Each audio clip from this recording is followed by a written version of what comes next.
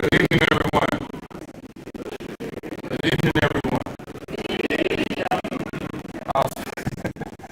Thank you all for being here this evening to talk about downtown parking. We wanted to have a meeting in the evening to go over some of the parking plan and to truly talk about the plan and not just one piece of it. Offer an opportunity for the community to hear some specifics about what will be coming back to council. There's a few different options that we will have to consider. We wanted to make sure, again, that we had a meeting in the evening to allow folks to not only hear that, to consider that, and we have more evening meetings, which will be those days when we get done today. So today you'll hear from our Assistant City Manager, Troy Anderson, on where we are today. And again, we wanted to provide specifics. There have been a lot of questions in the community prior, but today we wanted to talk about what this really is and what decisions are before the council.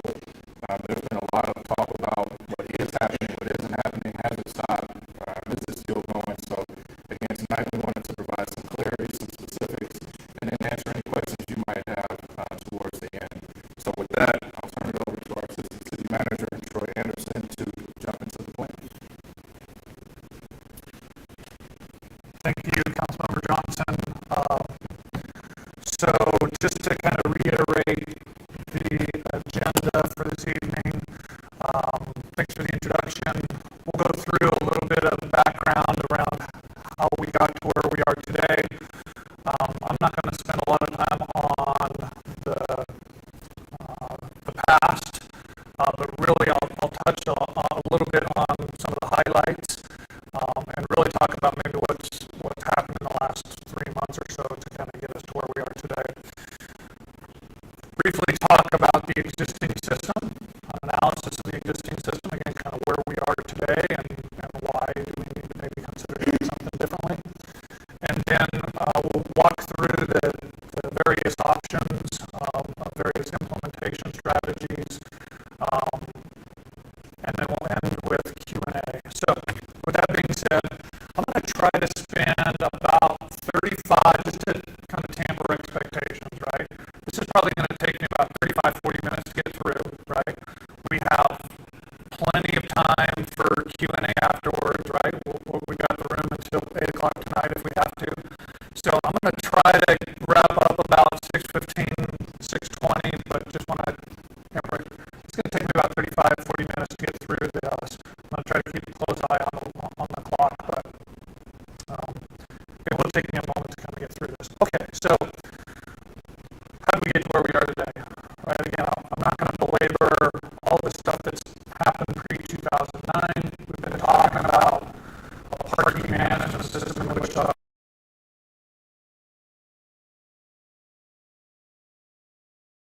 The 2010 Project Downtown Plan. Started 2017 and 2023, there was a WAMPO grant and a subsequent community engagement. If you've attended any of the previous meetings, all of these are available online as well. You'll see all of the robust community engagement that went into and resulted in the 2019 Parking and Multimodal Plan, which in March of 2023 was endorsed by City Council. So fast forward to June of 2024, City Council approves an amended and restated operation and management agreement with then operator the car park. Again, that's why it's an amended and restated. That was the existing operator, and we simply amended and restated the agreement. So then, as we began to implement the strategies that were identified in that 2019 plan, that's what I'll refer to that 2019 Parking and Multimodal Plan as the 2019 plan. As we began to implement the strategies in that plan, there were questions that were raised, right? And so on August 13th, City Council asked city staff to delay purchasing the parking meters until further community engagement could be had. So in August, we had 12 community events that we participated in to garner feedback from the community on the implementation strategies as set forth in the plan. So on September 10th, we returned to City Council. We simply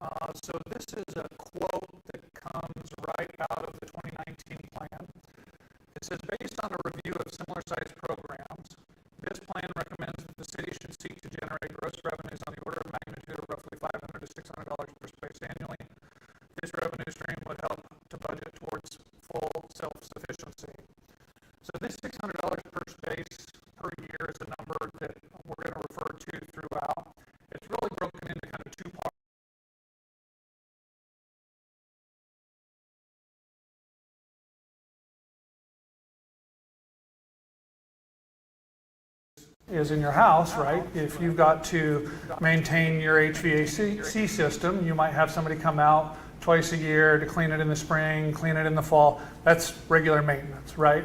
But if for whatever reason your HVAC system breaks or needs to be replaced, that's capital improvement, right? So that's differentiating between the $400 that goes into operation and regular maintenance versus $200 per space per year that needs to go into capital improvements.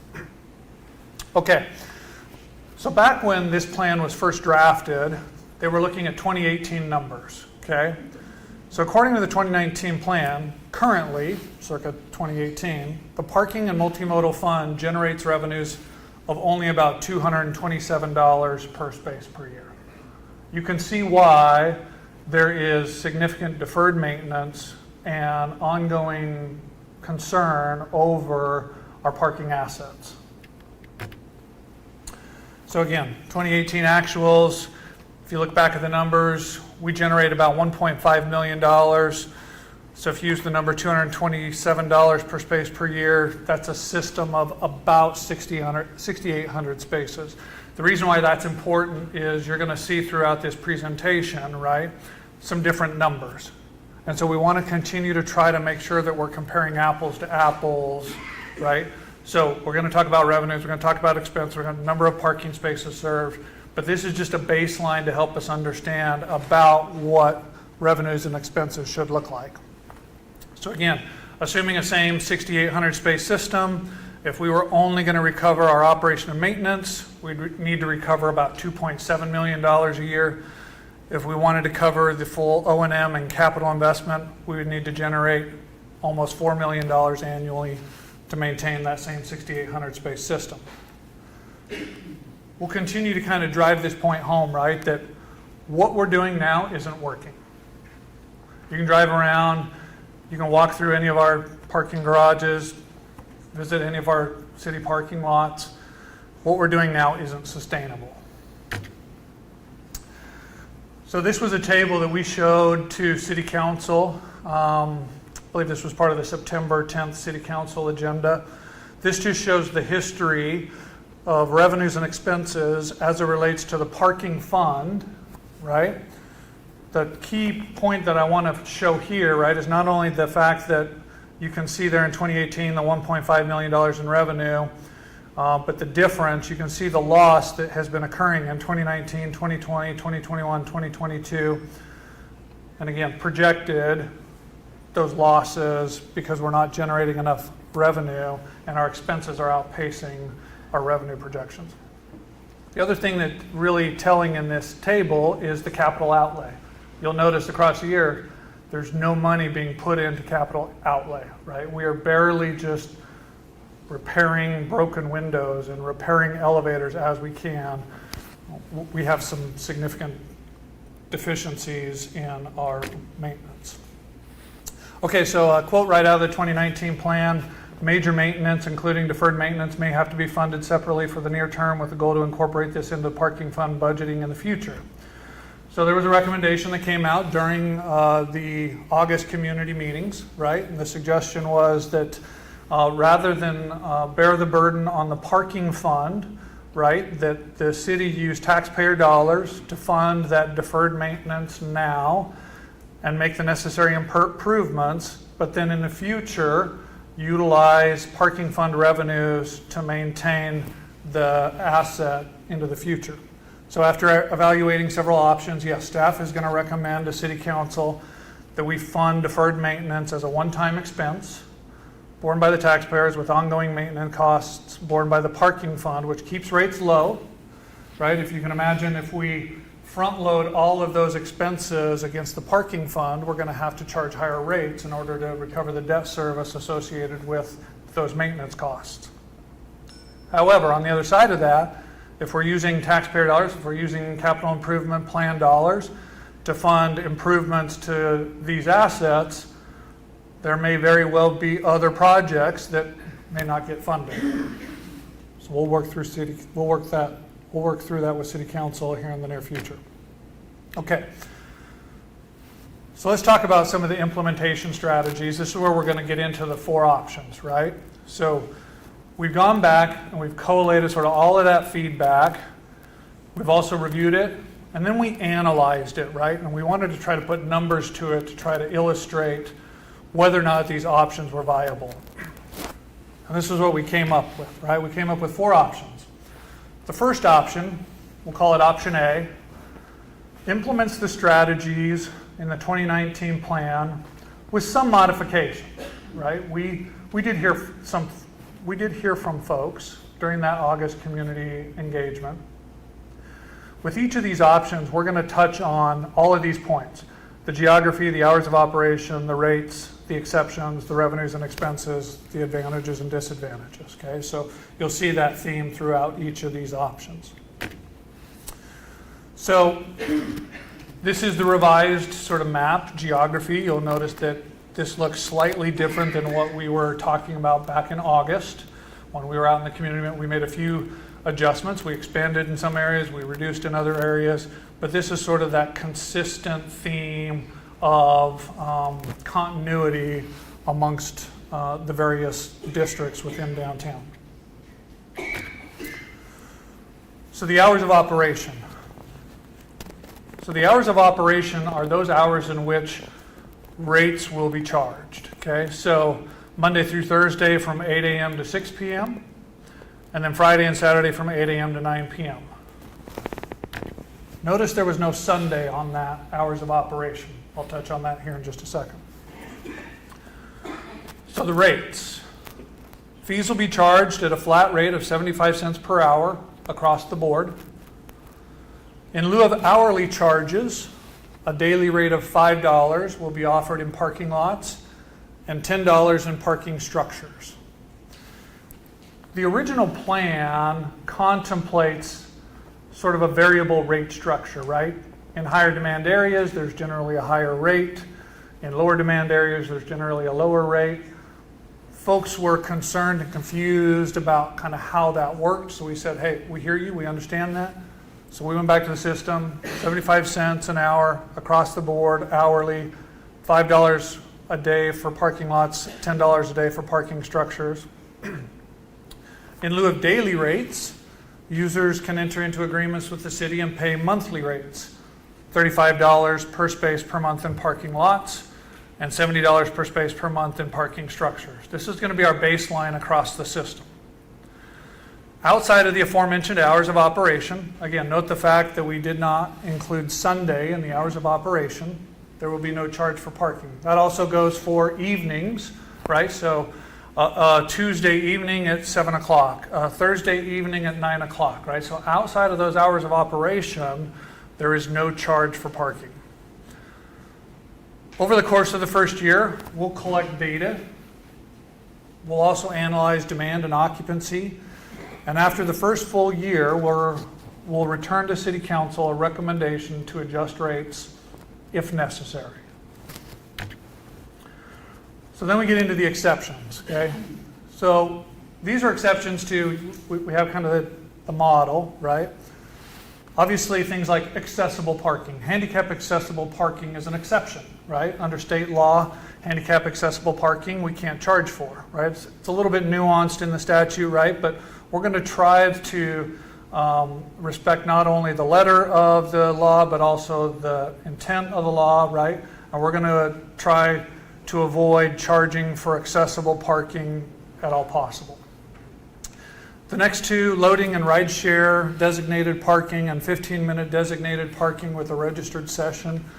These locations will be kind of reviewed and approved by the city engineer and our traffic engineer, you know, based on proximity to uses, proximity to other designated parking spaces, right? So you might find a 15-minute designated parking space that'll be signed. We would not charge for parking during that first 15 minutes as long as the user registered for a session. We'll get into that here in just a minute. Another exception is event parking, right? So those on-street parking spaces and off-street lots and structures that are currently utilized for event parking and within 3 blocks of Century 2, Interest Bank Arena, and Riverfront Stadium will continue to charge for parking at event rates regardless of the times previously mentioned. So if you go to an event today at Century 2 and you pay X, whatever that is, you can reasonably anticipate to continue to pay those event rates at those event times, right? But that's an exception to that baseline rate that we showed in the previous slide. The last exception under option A are special events. Okay, so special events such as the Farm and Art Market may petition City Council as part of the approval process to make adjustments to parking rates to support the event. Staff will evaluate the request, the impact it will have on the fund, and make a recommendation to City Council as part of the request. So for example, the Farm and Art Market may petition City Council as part of their annual approvals that from 8 a.m. to 1 p.m. on Saturday, from April through December, those parking zones, those parking lots within 2 blocks of the Farm and Art Market may have an hourly rate of 0, right? Note that that's why it's an exception and we didn't just exclude it across the board on Saturday mornings, right? Because there may be something else occurring at Century 2 or at Interest Bank Arena where events may be charged, right? That's why it shows up as an exception.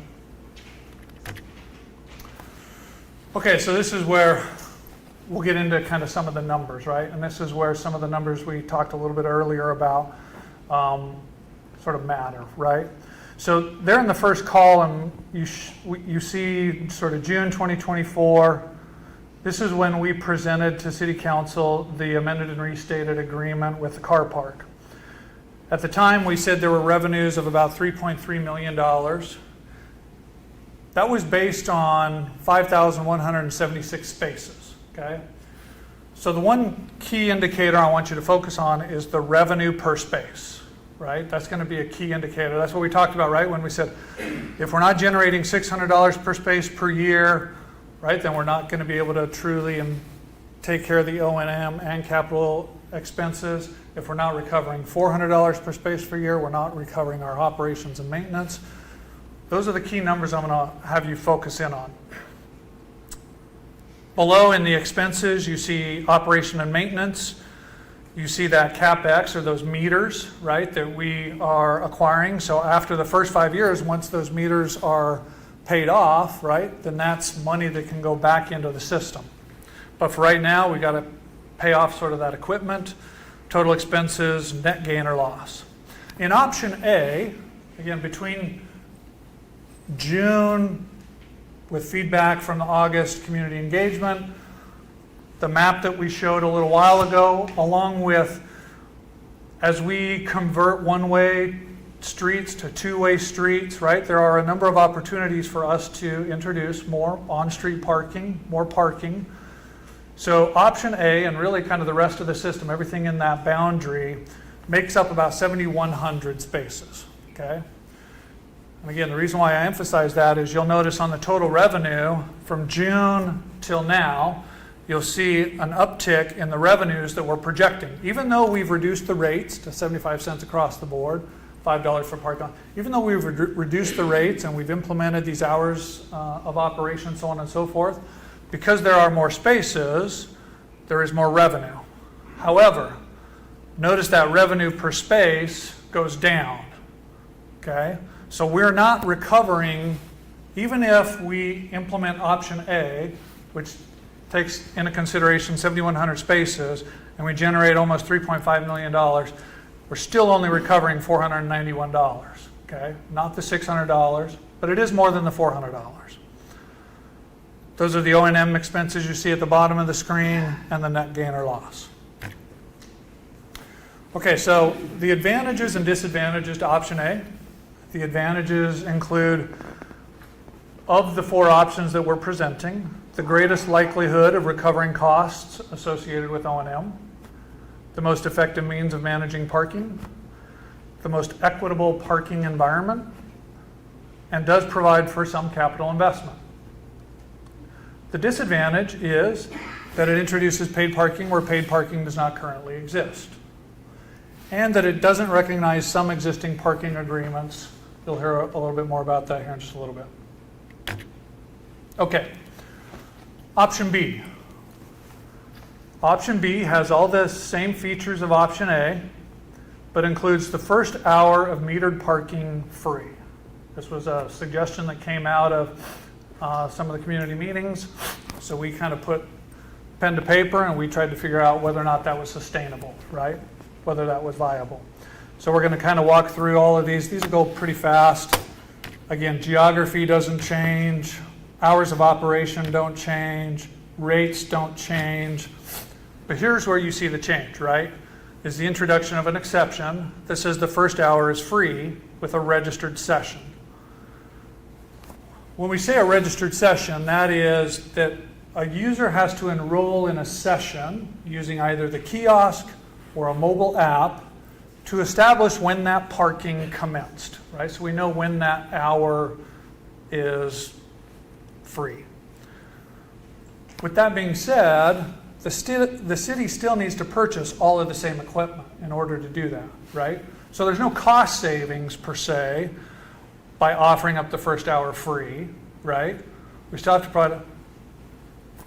There's a more expensive option of not having a session. We didn't even entertain that. That just adds personnel and costs. And as you're about to see, giving up the first hour is not a viable long-term option.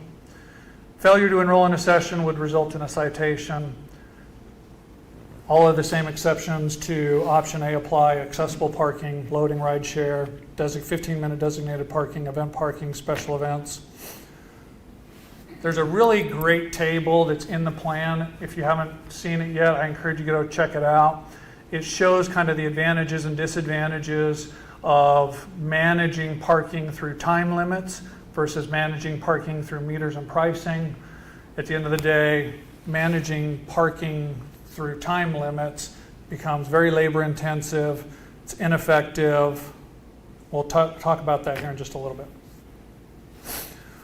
Something else that we took into consideration, right, was recent data acquired by geolocation vehicle data suggests that 35% of visitors to Delano, downtown, and Old Town collectively have a dwell time of less than 1 hour. Okay? So that means people, whether they're coming locally or from 1,000 miles away, across the spectrum, right? Folks that frequent Delano, downtown, and Old Town, 35% stay for an hour or less. Okay? So by making the first hour free, that's a loss of more than a third of our revenue projections while still maintaining the same O&M costs and capital investment.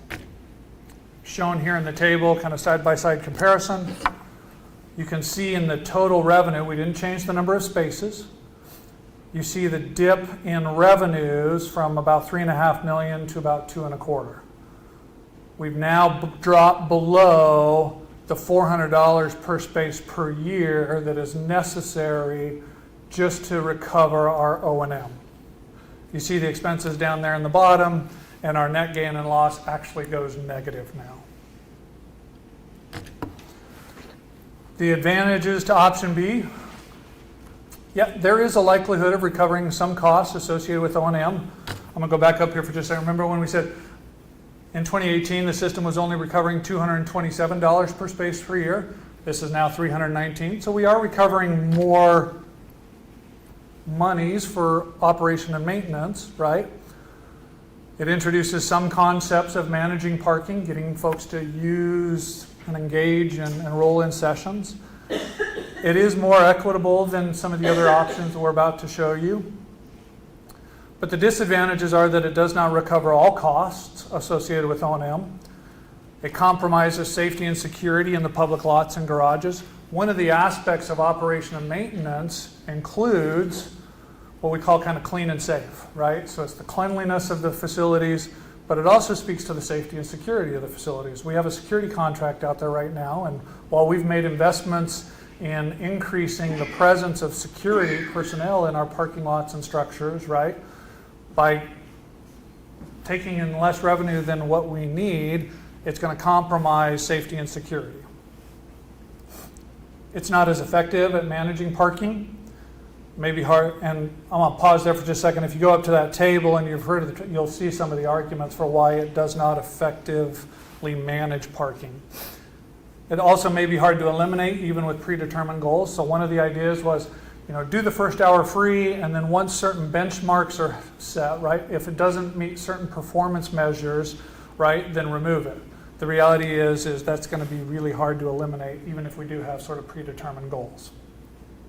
And then obviously does not contribute to our future capital needs. Okay, option C builds on option B and adds 2 Old Town alternatives. This was a request that kind of came out of some of the folks in the Old Town area. So you can kind of see the geography. The geography really hasn't changed, right? There is sort of this overlay of kind of how Old Town might be treated differently. Hours of operation don't change. Rates don't change. We do introduce a new exception though, right? And that exception is Old Town. Old Town will not have any parking meters or time limits. So this option is broken down into 2 sort of sub-options. Option C1 and C2. C1 is basically we're going to take all of the existing in lieu of parking agreements and we'll have to raise the rates. I'll get into some of that rate recovery here in just a second. Option C2 is this idea of, well, what if could we add a CID sales tax? Could we add a 1% sales tax? And if that generated enough revenue, could you offset that with some of the in lieu of parking agreement rates? So here's what we're going to tell you. So according to our records, there are 1,721 spaces in Old Town. Just to recover costs associated with O&M, remember $400 per space per year, we would need that Old Town would need to generate $688,000 just to cover O&M. Currently, we are recovering approximately $264,000 annually. That's a gap of almost $424,000 annually. Anybody that's frequented Old Town recently can probably tell there's a lack of an ability to maintain our existing assets even in Old Town. Here's kind of where I'm going to deviate a little bit without going into the modeling around C1 and C2. Regardless of whether option C1 or C2 is employed, Old Town would be required to contribute the $688,000 for O&M. Failure to contribute the $688,000 would simply result in deferred maintenance, right? Which is what we're trying to avoid. Any O&M only budget projection would remain unchanged. Again, so we look at that from the context of theoretically we're receiving the $400 per space per year, so our O&M only budget projections are unchanged, but we can reasonably expect a loss of revenue totaling $344,000 towards a combined O&M and CapEx budget projection. And this kind of shows that in that side-by-side comparison. You'll notice, again, we still are maintaining the same 7,110 spaces. We've removed that additional revenue stream from total revenues, and now we're only recovering $242 per space per year. Given the operation and maintenance expenses, capital investment, you'll notice there is a slight downturn in the capital expense for meters because we wouldn't be purchasing meters and equipment for Old Town. If there are no meters, there is no management. So you see a slight savings there, but again, net gain or loss, we're now in the negative $1 million net gain loss.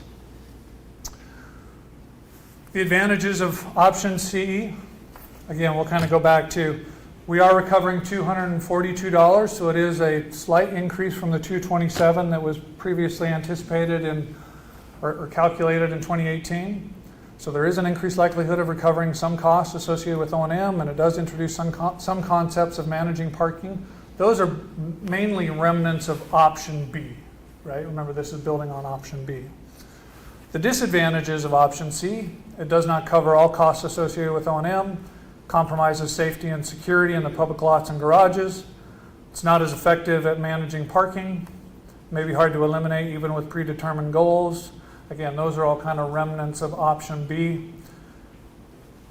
Option C does not contribute to capital needs, subsequently requiring the system as a whole to subsidize any capital needs within Old Town. Non-compliance will require lawsuits to recover fees, and it's an inequitable parking environment resulting in unintended consequences. Okay, last option, option D, and we entertained it, right? Option D does not implement any of the strategies identified in the 2019 plan. And you see the side-by-side comparison to all of the other options. We can continue to maintain the status quo. That's an advantage of option D, right? However, the disadvantages are it's an inability to recover O&M needs resulting in perpetual decline of the parking assets, an inability to provide sufficient security in the public lots and garages, inability to manage growing parking demand in the core and the retail areas, requires the use of taxpayer dollars to fund deferred maintenance in perpetuity, and it results in inequitable parking regulation as we see today. Didn't quite take as long as I thought, so thanks for being patient with me as I walk through that. I'm going to turn it back over to Councilman Johnson. Thank you, Troy. That was a lot of information for you all to consider, but this is kind of where we are. I do want to highlight that as this plan rolled out, the goal was always public feedback. And it may not have seemed like that, and I know some people were maybe concerned or upset initially, but we always planned to have public meetings. We wanted a plan to come out, folks to engage with that plan, read it if possible. I know 111 pages is a lot, but read as much of it as possible and then come to a public meeting so that we could hear from the public about what they thought. I'll even give you some things I heard on top of what Troy talked about. I had residents tell me they were just upset in general with the idea of paid parking, looking more at an option D.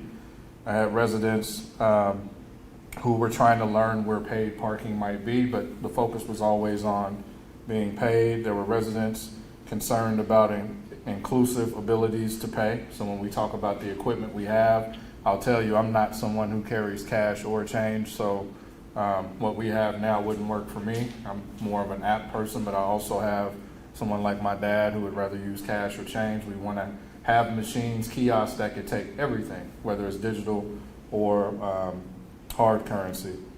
We had businesses reaching out to me that were concerned about parking spaces being occupied all day. That got into the management. The plan was really focused on the management of parking downtown.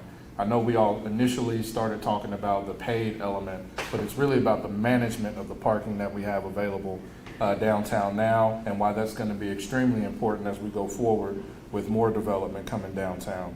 I had concerns about lack of management overall. There were residents and as well as businesses reaching out with concerns about upcoming developments. We're all excited about Biomed, but 3,000 new bodies downtown is a lot, and we'll have to manage that type of parking as well. So I really hope you all see tonight, maybe your specific concern might not have been in one of those options, but we were listening. We wanted to hear from the community about what their concerns were and truly try to model those out and see what the impact would be.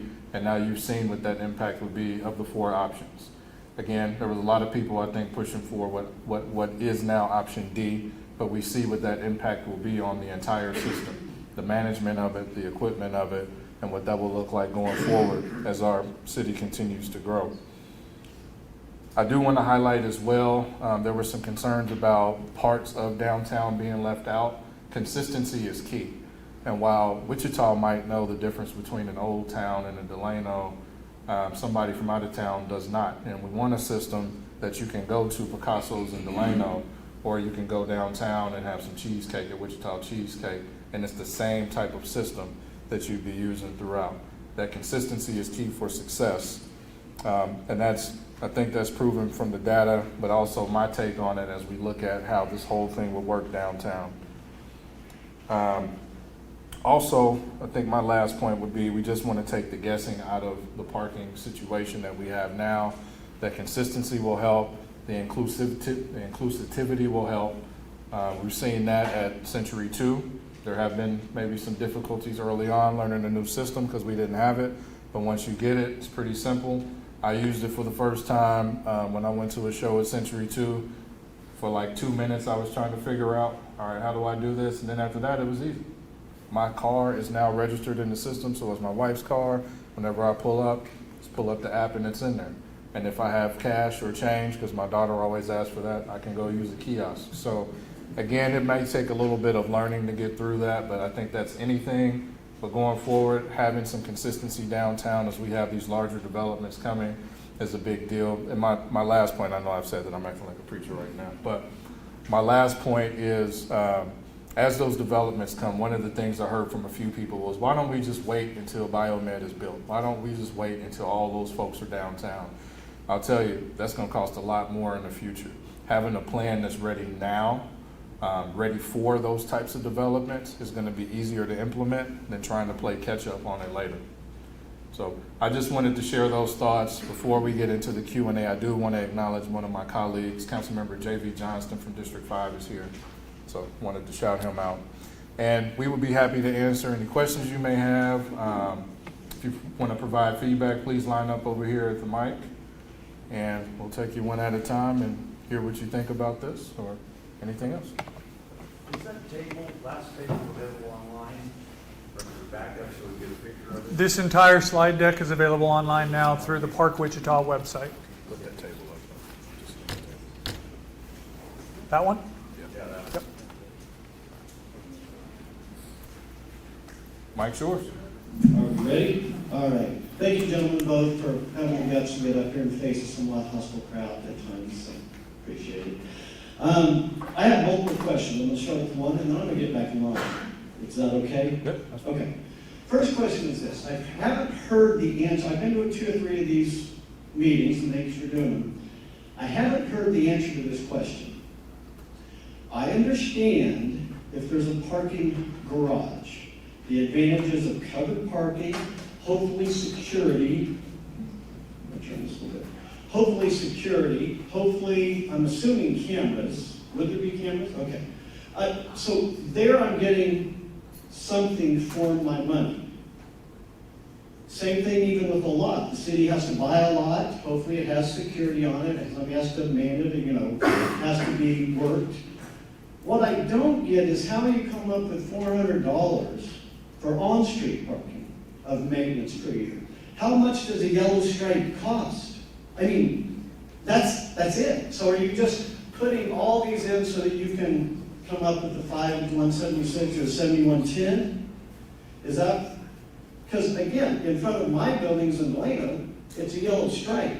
I'm not getting any security, I'm not getting any covered parking, it's just a yellow stripe.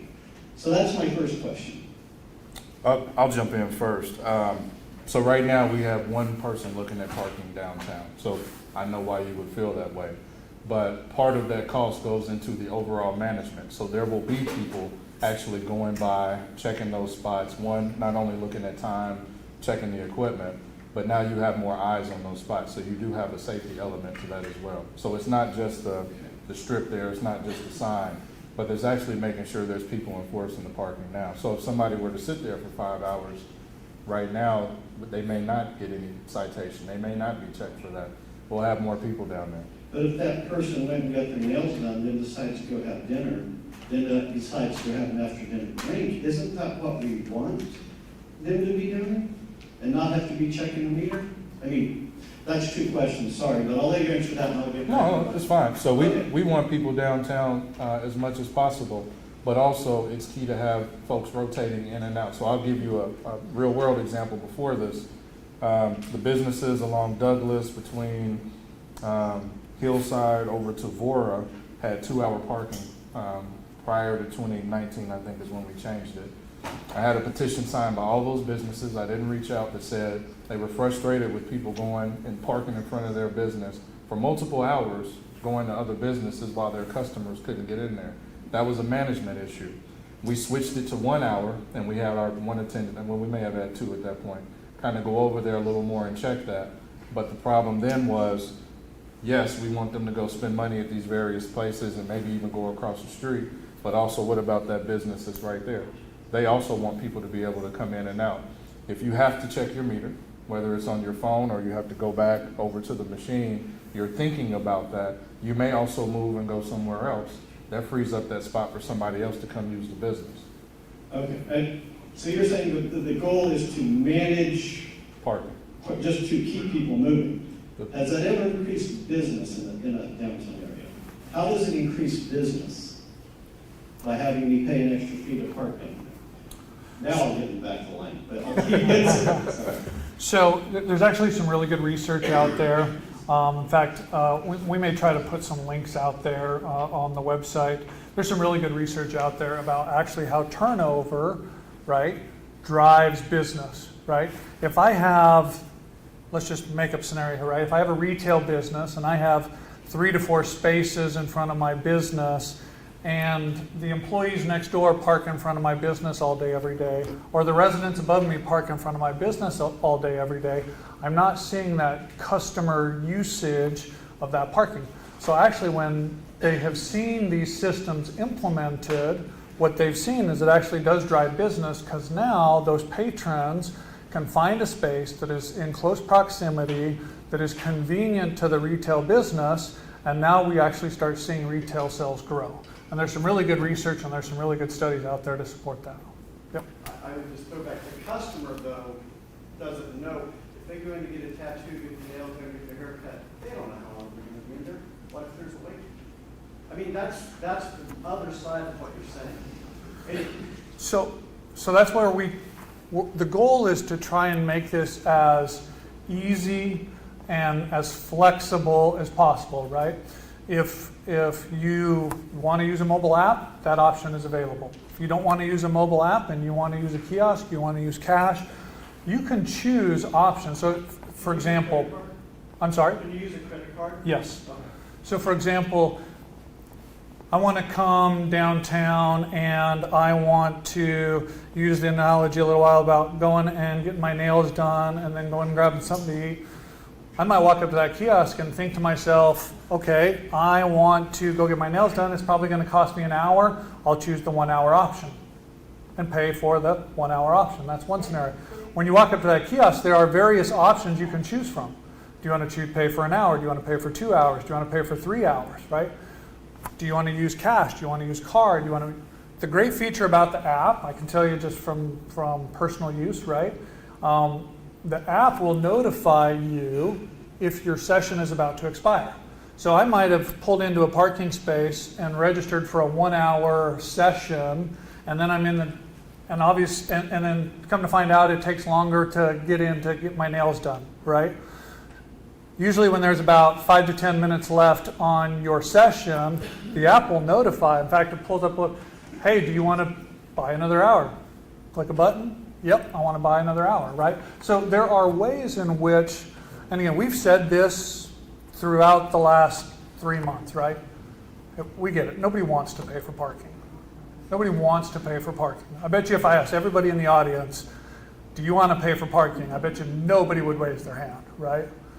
Nobody wants to pay for parking. We get that, right? But if you look at the numbers, what we're doing now doesn't work. What we're doing now isn't sustainable. You look at the top 100 cities in the U.S., top 100 cities in the U.S., 22 of those cities are in the Midwest, right? So we're not going to compare ourselves to the East Coast. We're not going to compare ourselves to the West Coast. 22 cities, top 100 cities in the nation, 22 in the Midwest. Wichita is the only city that doesn't have a paid parking system like we're proposing. Every other city in the Midwest of our size and demographics has this in place. You look at Des Moines, you look at Omaha, you look at Kansas City, you look at Oklahoma City, you look at Tulsa. All of these communities have the system that we're trying to put in place. And all of those communities, businesses are thriving, right? All we can do is look at the data, all we can do is look at the research, all we can do is look at the evidence and try to employ the same practices. Yeah, I want to answer a question you just asked, which is if we would be willing to pay for parking. My answer to that is yes. I'd like you to just raise. We have the first one. Yeah, no, I'm serious. I'd like you to raise the taxes on the city by the $1.3 million, which is 500,000 Wichitans. That's like $2 and some change. I'm cool paying that right now. I mean, you could charge me next to $10 on my taxes, and then I don't have to think about it, and it's handled and it's done, and I can go downtown and I can enjoy it.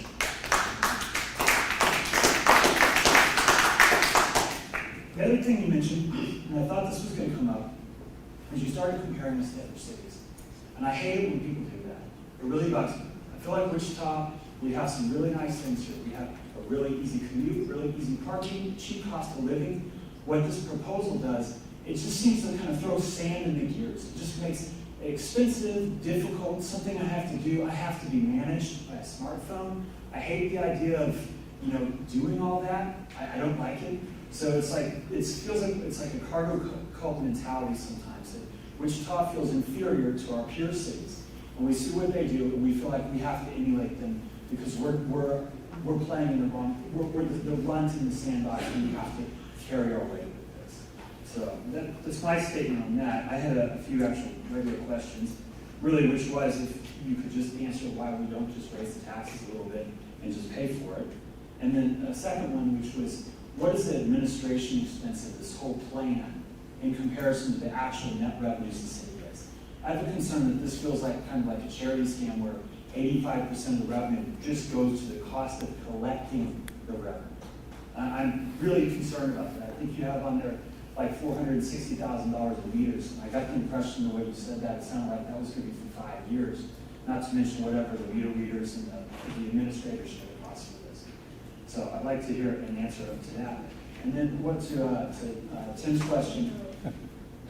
I mean, have you figured that there might be a deterrent effect to people going downtown or to go into these metered areas? I mean, I know I'm cost sensitive and I'm irritated with this plan. Even though I could afford to pay the parking, I'm just irritated with it and almost out of spite, frankly. I might consider not going to these places, and more than likely I will. And I do not think I'm the only one that feels like that. So if you consider that there will be a deterrent effect to people going downtown because they'll have to pay for it. So just so I'm tracking, because that was a lot. One question was taxes, Yes. raising those. That's correct. 2 was about equipment versus revenue. And 3 was the deterrence. Yes. Okay, I got it. The tax piece was actually a CID for Old Town, so it's not all of the city of Wichita. It's only the people that would be in that area shopping at those businesses. So if you're outside of that, you wouldn't be paying that. So a CID is a localized sales tax This is around that fine to me. area. I think that sounds like an equitable solution. Okay, we'll take note on that. Revenue-wise and management, I'll let Troy get specific, but I believe the management is around 400, 500,000 a year. 2.1 million, isn't it? So, Why don't you just tell me what the revenue is projected to be in a given year, and then also say what the administration expense of that revenue is per year, and then tell me what the city gets to keep out of that. so if you look at option A, which is what has probably the best elements of O&M recovery, operation and maintenance recovery, and parking management, right? Revenues are projected to be about $3.5 million a year, okay? The O&M costs, which include the contract with the car park, it's not all of that going to the car park, right? There are security contracts that we have that are separate contracts.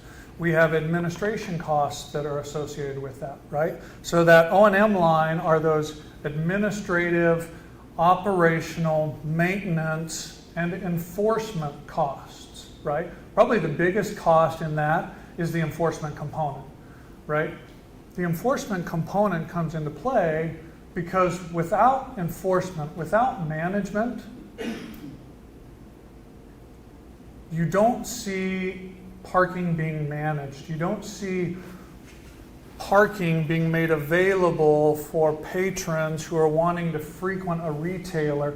Without parking management, right, we're never going to achieve the goals and objectives that have been set forth in previous downtown master plans, in the current master plan that's being evaluated. In order to sort of unlock and achieve the dense, vibrant, active downtowns that we are all striving for, every single one of those components has a parking management component to it. So without enforcement... To that point, if I can put a side question in there, is there a shortage of parking right now? I mean, like, I go down to Old Town and pretty reliably find a spot pretty quick. I mean, is there a shortage where we need to manage people out of that area? Because I've not experienced an issue finding parking pretty much ever. I'll answer that question this way, right? So the other part of my role and responsibility with the city is economic development, right? Economic development and development services. It's really my primary responsibility. Businesses that want to come downtown, businesses, developers that want to develop downtown, they want to make an investment in our downtown, right? We've seen some really good things with biomed. We've seen the project across the river that EPC is going to break ground on here shortly. We saw a project that was recently approved, the corner of Waterman and Washington. Every single one of these projects, these dense urban projects, you know what the first question they ask me are? How am I going to park it, right? Wouldn't that be their responsibility as a developer to create their own parking? I mean, doesn't the city have an ordinance that says you have a parking ratio when you build things? There are some requirements there, but I wanted to hop in and say, like, Old Town parking is not free. It's free to the user that pulls up, that doesn't go to a meter, but those businesses are paying for that parking. Which I'm okay with. I know that part of my bill at the restaurant goes to pay for the Old Town Association security and parking. I know that, and I'm okay with it. And that funding model.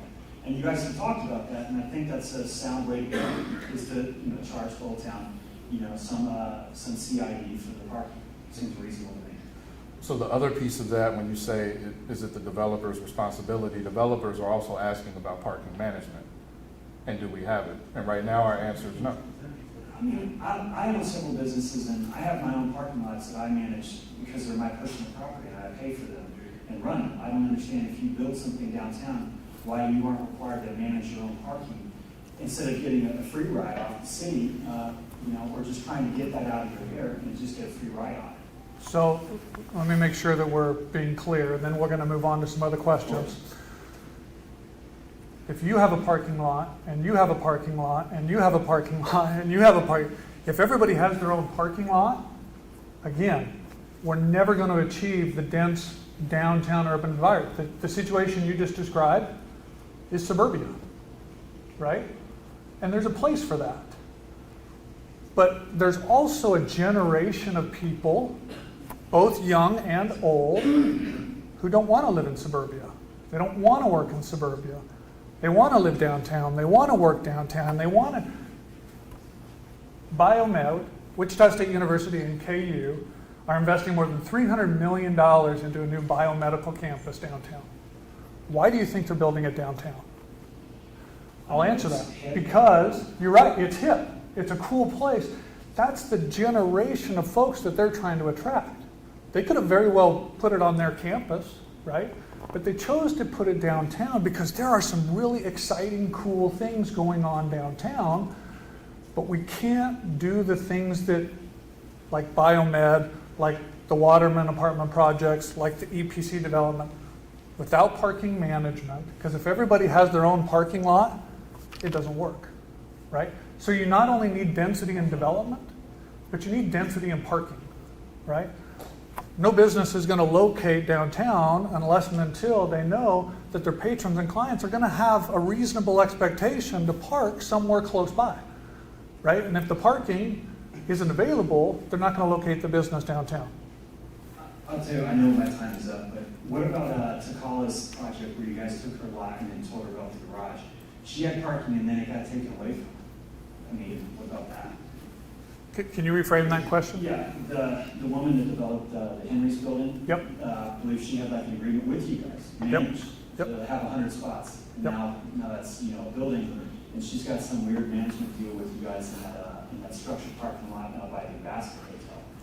So I mean, it's like this is an example of where you guys are in charge of it, and it's not working for these people. And she has an asset that or a resource that she was promised. It's a rug pull. So regarding that situation, right, she has access to that parking. She entered. Every customer, every 15 minutes, they want to get some ramen noodles. If they got to go in the app and put in their license plate number just to buy ramen noodles. But that's not the way that the contract agreement was written. The contract agreement that was written, right? In fact, if you go back to, I want to say it was fall of 2023. Fall of 2023? I can go back and find the exact date. We entered into an amended and restated agreement with the developer. The developer voluntarily entered into new terms and conditions associated with providing her and her tenants the appropriate parking to support her businesses. She has access to that today, right? We haven't taken anything away from her, right? She has access to that today. Thank you, guys.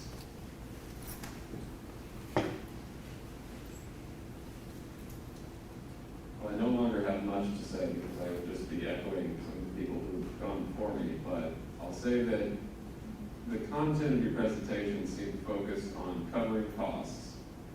And based on the costs that you were talking about, I believe you quoted that you need somewhere around 4.1 million in annual revenue to cover the cost of parking downtown. Is that right? So about 4.1, the $4 million number that you're referring to is back on one of the previous slides. Yes, based on a system with 6,800 spaces, if we were going to recover $600 per space per year, which allows us three things: to operate, maintain, and invest back into the system. Yes, we need to generate $600 worth of revenue per space per year in order to accomplish those goals and objectives, So if that's the which goal, equals $4 million. if that's the goal, it seems like there's this tunnel vision on meters. And I understand that parking management is part of the goal here, but for the revenue side of this, meters just add so much friction that would drive so many people crazy and would be, unfair to businesses and unfair to people who are in and out of a restaurant in 5 minutes trying to pick up lunch. Just raise some taxes. You mentioned the 1% CID that seems to only apply to Old Town. I don't know that we have to think that narrowly. I'm not sure which tax it would be best applied to, but I did the math. 4.1 million divided by 150,000 people, which I think is roughly half of our metro area, is $27 per person per year. Raise my taxes by that amount. And make it clear that the parking in front of Old Mill is 1 hour or 2 hours. It feels like this is becoming overly complex. So to that specifically, a CID is defined by state statute. So we couldn't do what you're referring to legally. There are different taxing jurisdictions downtown already, but a CID for all of downtown, you have to have some form of public benefit going back into that, which is why we can use it for Old Town. But you couldn't make just a defined CID for that whole area, just going to parking in that way. And to your to the other point you were making, overall, there could be a mechanism to raise taxes, but then that involves all 396,000 Wichitans, and that is, would we raise our mill levy? And then, one, would the council agree to raise a mill levy for parking? And then would the council then agree to take that new revenue towards parking? Those are two big questions to go towards that. So, and I could see how they would be contentious. the other thing, when you talked about the $4 million per year, there's a lot of deferred maintenance that has occurred because we're not meeting the numbers that we have to make. And again, another thing to consider is, as all of this stuff was developed, the parking fund was supposed to take care of that. So it wasn't supposed to be some additional tax. It was the agreements that had been made and the parking fund that was supposed to take care of the management and all of that.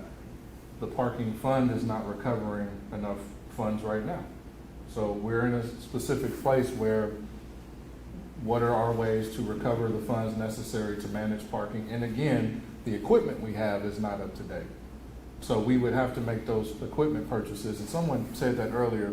I do also want you to know, by contract, the equipment that's purchased becomes the city of Wichita's after, was it 5 years? 5 years, we own that at that point. So we've upgraded all of our equipment going through those different purchases. That actually brings me to my second big concern, which is the equipment itself. Maybe you do own it after 5 years, but depending on the content of contracts, you may or may not actually have a functioning system at the moment that you own it. There is very little stopping the average tech company from taking their ball and going home. So you may end up with a bunch of meters that are essentially, decorative at the end of all of this. I'm really, really not feeling great about,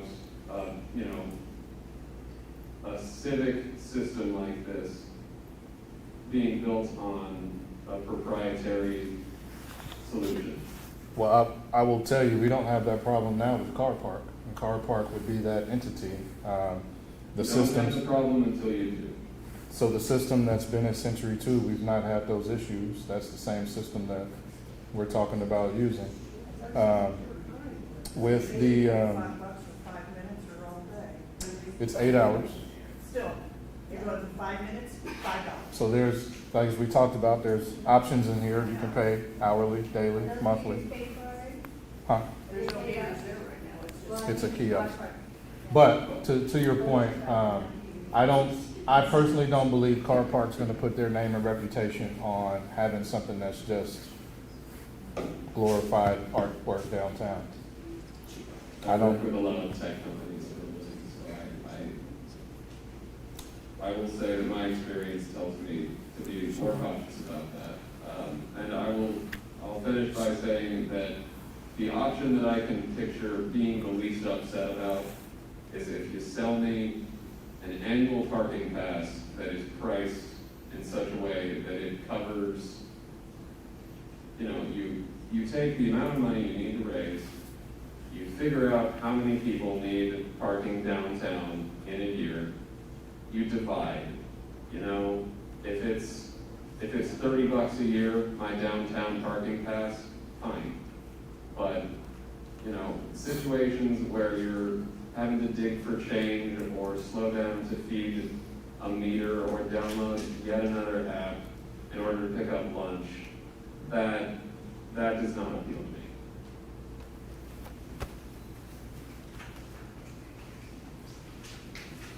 Hello, I am coming to you as a downtown resident. I've lived here for downtown for almost 10 years now. And just a couple of my worries, I guess, about this are, for instance, you talk about like 15-minute,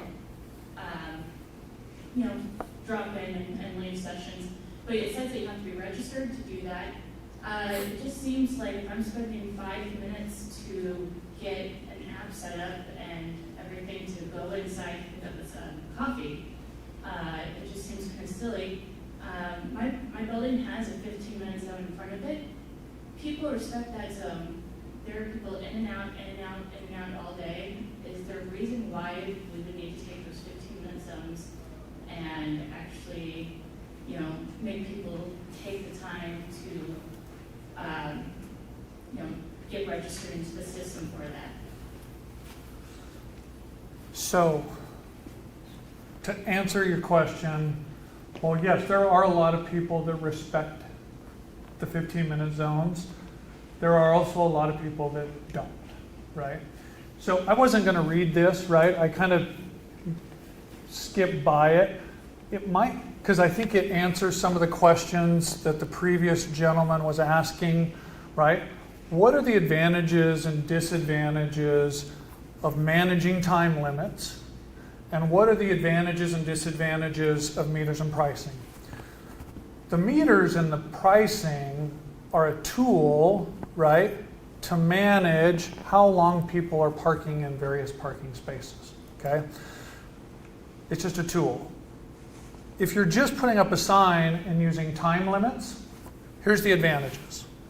Yes, it's low cost to install. The cost of a sign that says 15 minutes parking, or the cost of a sign that says 1 hour free parking, or whatever that sign, sure, low cost to install, time limits. It's also easy to modify, right? You can change out the sign from 1 to 2, from 1 to 2, okay? Here's the disadvantages. It is very labor intensive, right? Because you have to have an enforcement officer monitor every single car. So here's how this is how they used to do it, right? they would have somebody walking around and they would chalk the backside of your tire, right? And then they'd walk around the block and they would come to, oh, he hasn't moved in 15 minutes. It's very labor intensive. Jobs are hard to fill, right? Super labor intensive. It's ineffective without frequent enforcement. These are the abusers, right? If I don't have that, I'm driving around marking tires, right? If I'm not being proactive in enforcement, now I get people who are abusing it. At that point in time, you got to kind of ask yourself the question, why have the sign, right? Surveys from other communities, and this is across the nation. We didn't write this, right? This was a consultant group that does this across the nation. Walker Consultants is probably the premier parking consultant across the nation. They developed, with 4 years of community engagement, the 2019 plan. So these are their words, not mine, right? Surveys from other communities show that more than half of all cars parked in zones with time-limited parking either violate the time or move the car at regular intervals within the same zone to avoid a citation. I've seen that firsthand. Part of the community of 10, they would mark. The 15-minute parking spots. I'm not talking an hour or 2 hour parking spots. Right. I'm talking about those ones where people are going in to go grab coffee or grab food. I think that's something that, there's restaurants downtown, people that you're there for 2 minutes to go in and pick something up. Sure. So if I spend a couple more minutes than that in a parking spot after I pulled in to get the app going and get myself self-registered, instead of spending 2 minutes in that parking spot, I've spent 5-8 minutes in that parking spot. So let me tell you kind of how this generally plays out, right? Generally this plays out of somebody pulls into in fact, there was a woman that I spoke with during one of the community meetings. It was a daycare, right? And she was explaining to me that parents who are dropping or picking their kids up, I just need 15 minutes to run in, pick up my kid, and come out. Super sympathetic, right? We know childcare is a huge need in this community. I absolutely love this analogy, right? Here's what's going to generally happen. A parent's going to pull into a space to either go drop off their kid and pick up. To your point, they're going to go, I don't have 30 seconds. If anybody's ever used it, how many people have used the app? Okay, so maybe not a lot. So people who have used an app literally takes, in fact, I bet you if I timed it, 15 seconds. You open up the app, you choose the zone. Find your thing, you gotta get the plug, put it in the. Credit card information. I'd rather swap that quarter. Okay, here's the alternative if you don't want to bear with me for just a minute. I swear it's 15 seconds, but there's a kiosk. I can walk up to the kiosk, I enter in my license plate, I choose the option 15 minutes free. It prints out a receipt that I put in my pocket that starts the clock, and I go drop my kid off or pick it up. Here's generally what's going to happen. Let's all be real, right? Parent's going to pull up, they're going to run inside, and they're going to be dealing with dropping their kid off or picking their kid up. And along comes the parking officer, right? So we haven't talked much about the enforcement side of it, but the enforcement side of it is license plate scanners, right? The reason why we talk about a session is because the minute you enter into a session, either online or through the kiosk, your license plate is uploaded into the cloud and subsequently back down into the officer's vehicle, right? So as they're driving around scanning license plate, when they drive by that 15-minute zone and it flags the officer, says, nope, that license plate hasn't paid, okay? So now I got to go find somewhere to stop, get out of my vehicle, walk over, look at the vehicle, license plate, are they in a 15-minute zone? Yep. In fact, this is a classic. I swear I've seen it in 1,000 movies, right? Meters over there right now. No, I'm moving my car, and they jump in the car and they run away. You're just driving while people holding you. That's generally probably what's going to happen, right? Because it takes time. We get it. It takes time. Now, for those people who are abusing the system, that's why the system's in place, right? So I wouldn't encourage the scenario I just recommended because it would result in a citation, right? I wouldn't encourage that. But the reality is people are going to take that risk and they're going to employ that strategy. They're going to run into Starbucks. They're going to grab their cup of coffee. Chances are by the time it takes an officer to flag the vehicle, stop, get out, write a citation, it's probably going to take more than 15 minutes. I would also add, when all of this started, I did go download the app because I wanted to see what everybody would experience as well. So during that last example, I pulled the app up. It's called Park Mobile. Tap it. It's just like getting on social media. It's just like a text message. It'll ask you what zone. You type that in. It knows where you are because your vehicle's already registered once you do it once. So you're not doing that every time. It doesn't take multiple minutes. The next time I go to Century 2, I'll just type in the zone. It'll give me 8 hours. My card's already registered. I just tap a button. So the first time, yes, there may be some growing pains with that, getting used to the system, getting the QR code. But part of that investment is going to be signage with QR codes. So that way, it's easier for you to access if you have a smart device. And again, if you're somebody that doesn't do that or you don't want to be tied to the phone or monitored by your app, then you can just go use cash. And with that, you just type in your license plate in the zone. It's in the system at that point. So as they are looking to enforce and going by, your license plate pops up and they know it's you. It's much quicker than what it sounds like.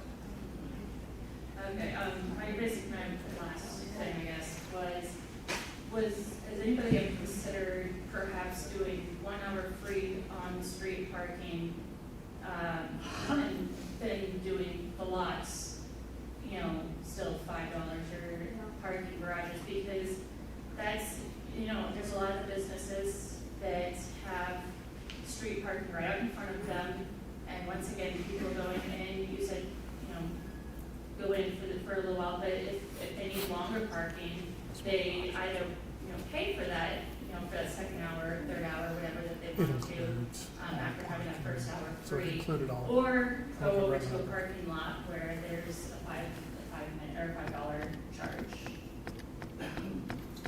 To answer the question, yes, it was considered. Troy can explain it better than me, but the loss of revenue to take care of the system again. So we need to take care of the system we have and the system that we're building is quite a bit because 35% of people are in and out in an hour. You get that hour free, we're losing 35%. What if it was a half hour? Just curious, what difference does a half hour make? Because once again, like I said, I'm thinking about, on a Friday afternoon, I like to go into Milk Float and get snacks to celebrate the end of my week. That takes me 15 minutes to kind of go in, decide what I want to do, and come back out. I'm not standing in that parking lot for a long time, and it just, if I'm going to buy something for $6, why am I going to spend 75 cents on something? That's a pretty large tax for that 15 minutes to go and get something. So we kind of debated this as we were analyzing this, right, of trying to identify the goals and objectives first, right? What are we trying to accomplish? I'm a big Covey fan, right? Begin with the end in mind. What are we trying to accomplish? There's a couple of things we're trying to accomplish. We're trying to accomplish maintenance, right? I can tell you, we have deferred maintenance north of $12 million. I'm going to use a conservative number. We have deferred maintenance north of $12 million, right? We have to pay for that somehow. On what? Though, that's Deferred maintenance, I know, things on like, what? It's not on the street parking, it's on the garages, the lots, correct? which also includes on-street, yes. So we have deferred maintenance. So one part of the equation, right, is recovering costs so that we can maintain our assets. We want to be good stewards of taxpayer dollars, right? Taxpayers have invested in these assets, right? And these assets are really, really expensive, right? So to maintain these assets, right, is a fraction of the cost of what it takes to rebuild and replace, okay? So one is just maintaining the system. The other one is managing parking, right? So the other part of what we're trying to accomplish is managing, which is why we're talking about things like meters or time limits or whatever that. So once we all agree that our goals and objectives are maintenance and management, the rest is math, right? Whether it's 30 minutes free or 20 minutes free or an hour free, we know what the hour free looks like, right? And if you said, what about just on street for an hour free, right? There's a trade-off there in the context of, okay, if I said I lost $1.2 million by doing it across the system, and let's say half of my system is on street and half of my system's off street, right? I'm $600,000 in the hole. I've still lost $600,000 just by offering up the first hour free on street, right? I'm still less than the $400 per space per year. I'm not even able to maintain my existing system, right? Now, we could run the math, right? And we could try to figure out exactly what it costs to do a half an hour free. The trade-off, though, right, is if I'm going to give that 15 minutes free, 30 minutes free, hour free, I still have two options.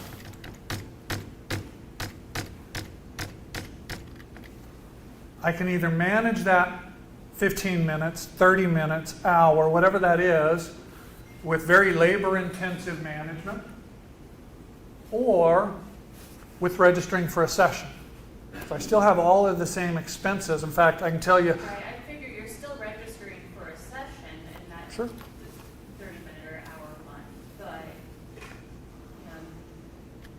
because if you decide you're going to go over, then that way you're in the system and you can. Can I say something?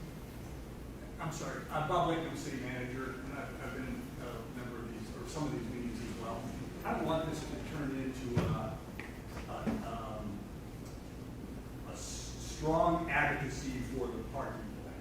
What we try to do tonight, and what we're trying to do for the council, is take all the feedback we've gotten and run them through the model to try to figure out what the cost implications are.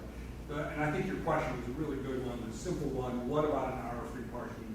That's option B. That's a $725,000 deficit if we look at all the needs of the system. So then, when we give this to the council, we'll say, we've heard people say, what can we do on free parking? What can we do, or on 1 hour free parking? What can we do on a different way of handling the Old Town? We talked about employee discounts. That was another thing that we looked at. And the council at some point is going to have to make that decision. Does the system have to pay for all of its operations and its maintenance, including capital needs? Or if we identify a $725,000 deficit annually, how do we cover that? And in most of the case, it's not as much of the operational side as it's going to be ongoing maintenance. And we don't want to continue to do what we're doing now, because that's kind of the definition of insanity, right? Expecting the garages, for instance, to get any better, and actually it's just going to get worse. We're not providing the kind of security that I think people want in those garages, the parking lots, especially. So, again, I'm jumping in because I don't want this to be a back and forth in terms of, here's all the reasons why we can't do what you're asking. What we just wanted to do is take all that feedback we got from you and look at the cost implications, and then see is there a better way. And so I don't want us to zero in on it's got to be option A or no way. And I'm afraid that this is starting to turn into that discussion. And that's not what we're doing. So I do appreciate that. Thanks, Bob. At one point, it was discussed in these meetings too, of having some pickup spaces too, to identify some spaces, which I think would kind of go to what she's saying, is having some spots that we identify as being a spot where you can pick up food for restaurants or, sorry, I just really wanted to interject that, because I know that was something that had been discussed before. It's built into the plan. Yeah. I think would help. So real fast. Hi. Real fast across all of the, we do have loading and ride sharing designated parking that we have contemplated, as well as the 15-minute designated parking. We'll continue to work with sort of our city engineer, our traffic engineer to figure out how we can provide as many of those as possible without having an adverse impact on the system. Next question. Hi, guys. I just want to thank you all again for keeping this open discussion going with everybody. I had some notes, and I just lost it. There we go. Okay, as a downtown business owner, I look at feedback online from the parking plan, and it seems like we're running about a 99% disapproval rating. Most people saying, I guess we're not going downtown anymore, and obviously that concerns any hospitality business that's downtown, with customers saying they don't want to come downtown if they have to pay for parking. One of my questions is, with 50 employees and you're wanting to get $70 per space for structures and $35 per space in a lot, that's $3,500 a month and $1,750 a month. I'm not willing to pass on the fee of parking to my employees to make them park to come to work and pay to park to come to work, so I'll take on whatever burden that is, but that, I can't afford that. I'll tell you that straight up, I can't afford those prices. So, I didn't see anything in here about employees that work downtown and whether or not they'd be offered any discounted rates, which would, for me personally, actually in today's economy where we're sitting right now, we kind of need to be free for us to be able to afford to pay for their parking. So that's a big concern of mine. Again, not wanting to pass that fee on to our employees just to pay to be able to come to work. So that was one of my questions, was if any of the plan has anything for people that work downtown. And then I had, I don't know if you want to answer that or you want me to keep going? Or? I'll go ahead and answer that. So we are looking at, there are some other communities that offer employee discounts for parking. Generally speaking, these discounts are offered to employees that make less than a certain wage, right? You might have, I'm just making a doctor or a lawyer or something like that that works downtown, right?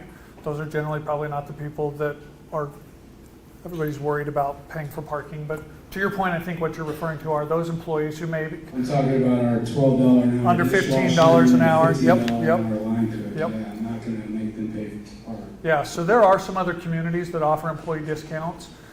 We're doing some data analysis. We're trying to evaluate how many employees are within downtown and the surrounding area that are making less than $50. We're modeling some of that to see what the implications are.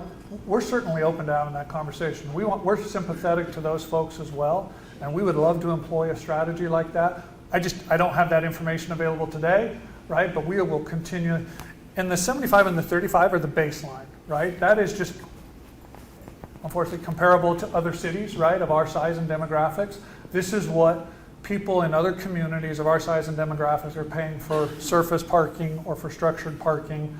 This is that mean, median, average type. That's our baseline. The other thing we're looking at modeling right now is, does $25 per space per month in parking lots and $50 per space per month in parking structures, what kind of implication does that have on the system?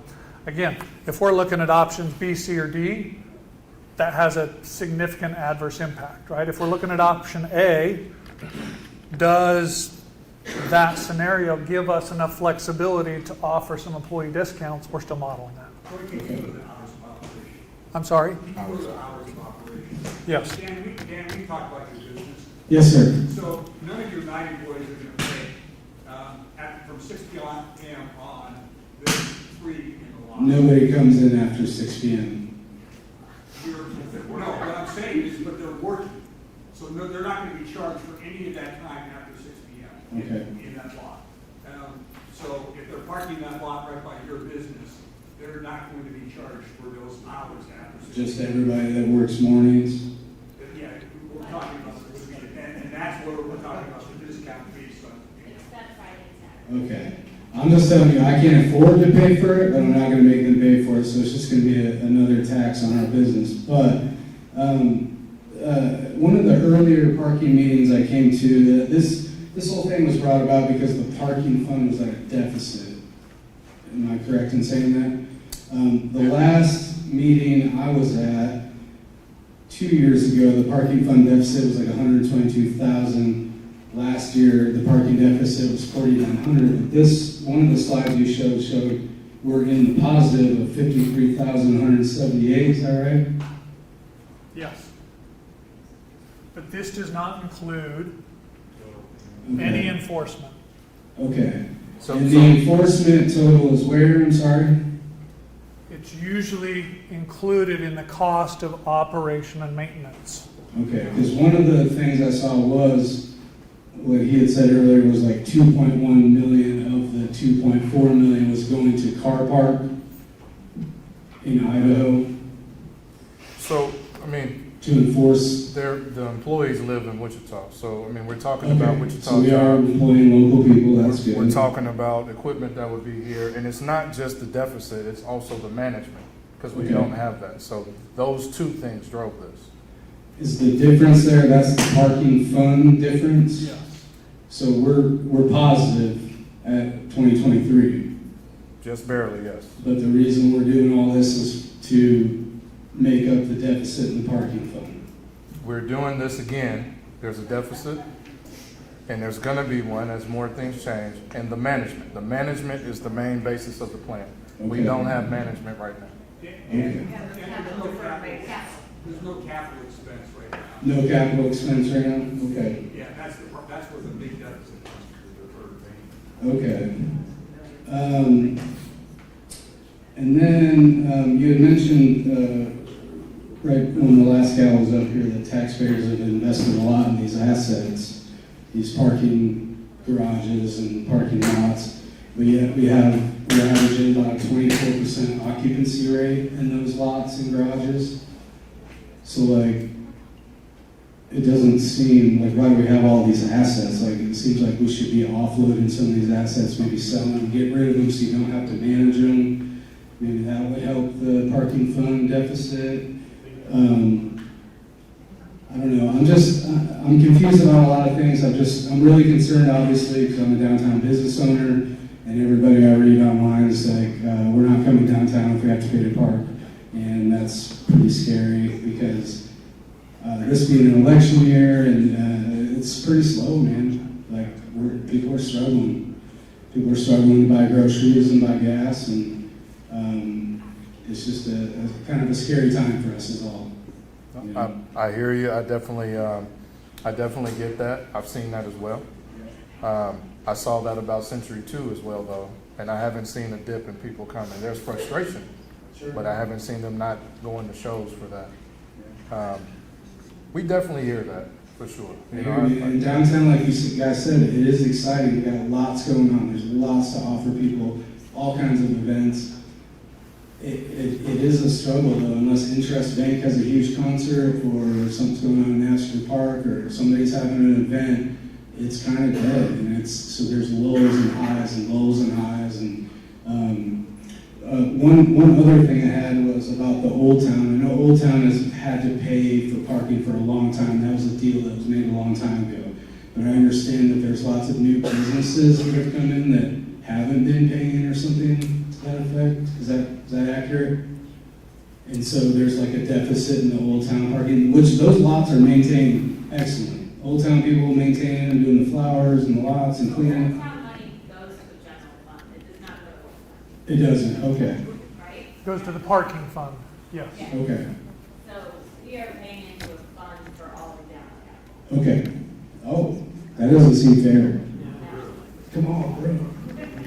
Anyway, that's all I've got. I'll let the next person go. But if not everybody in Old Town is paying, I don't know, maybe we should relook at that too. Like, if they're paying and other people downtown aren't paying, that doesn't seem fair. But I also agree with the gentleman's thought on maybe just raise our taxes $27 a year. That'll cover it. So anyway, go ahead. I tell you what, I'm using that argument next year for another reason. But I will say, I want to hear everything. But to the point that the city manager made, these are the 4 options that will be presented to the council. Definitely would love if you say whether you like any of them or which ones you like, but that's what the council will have to consider.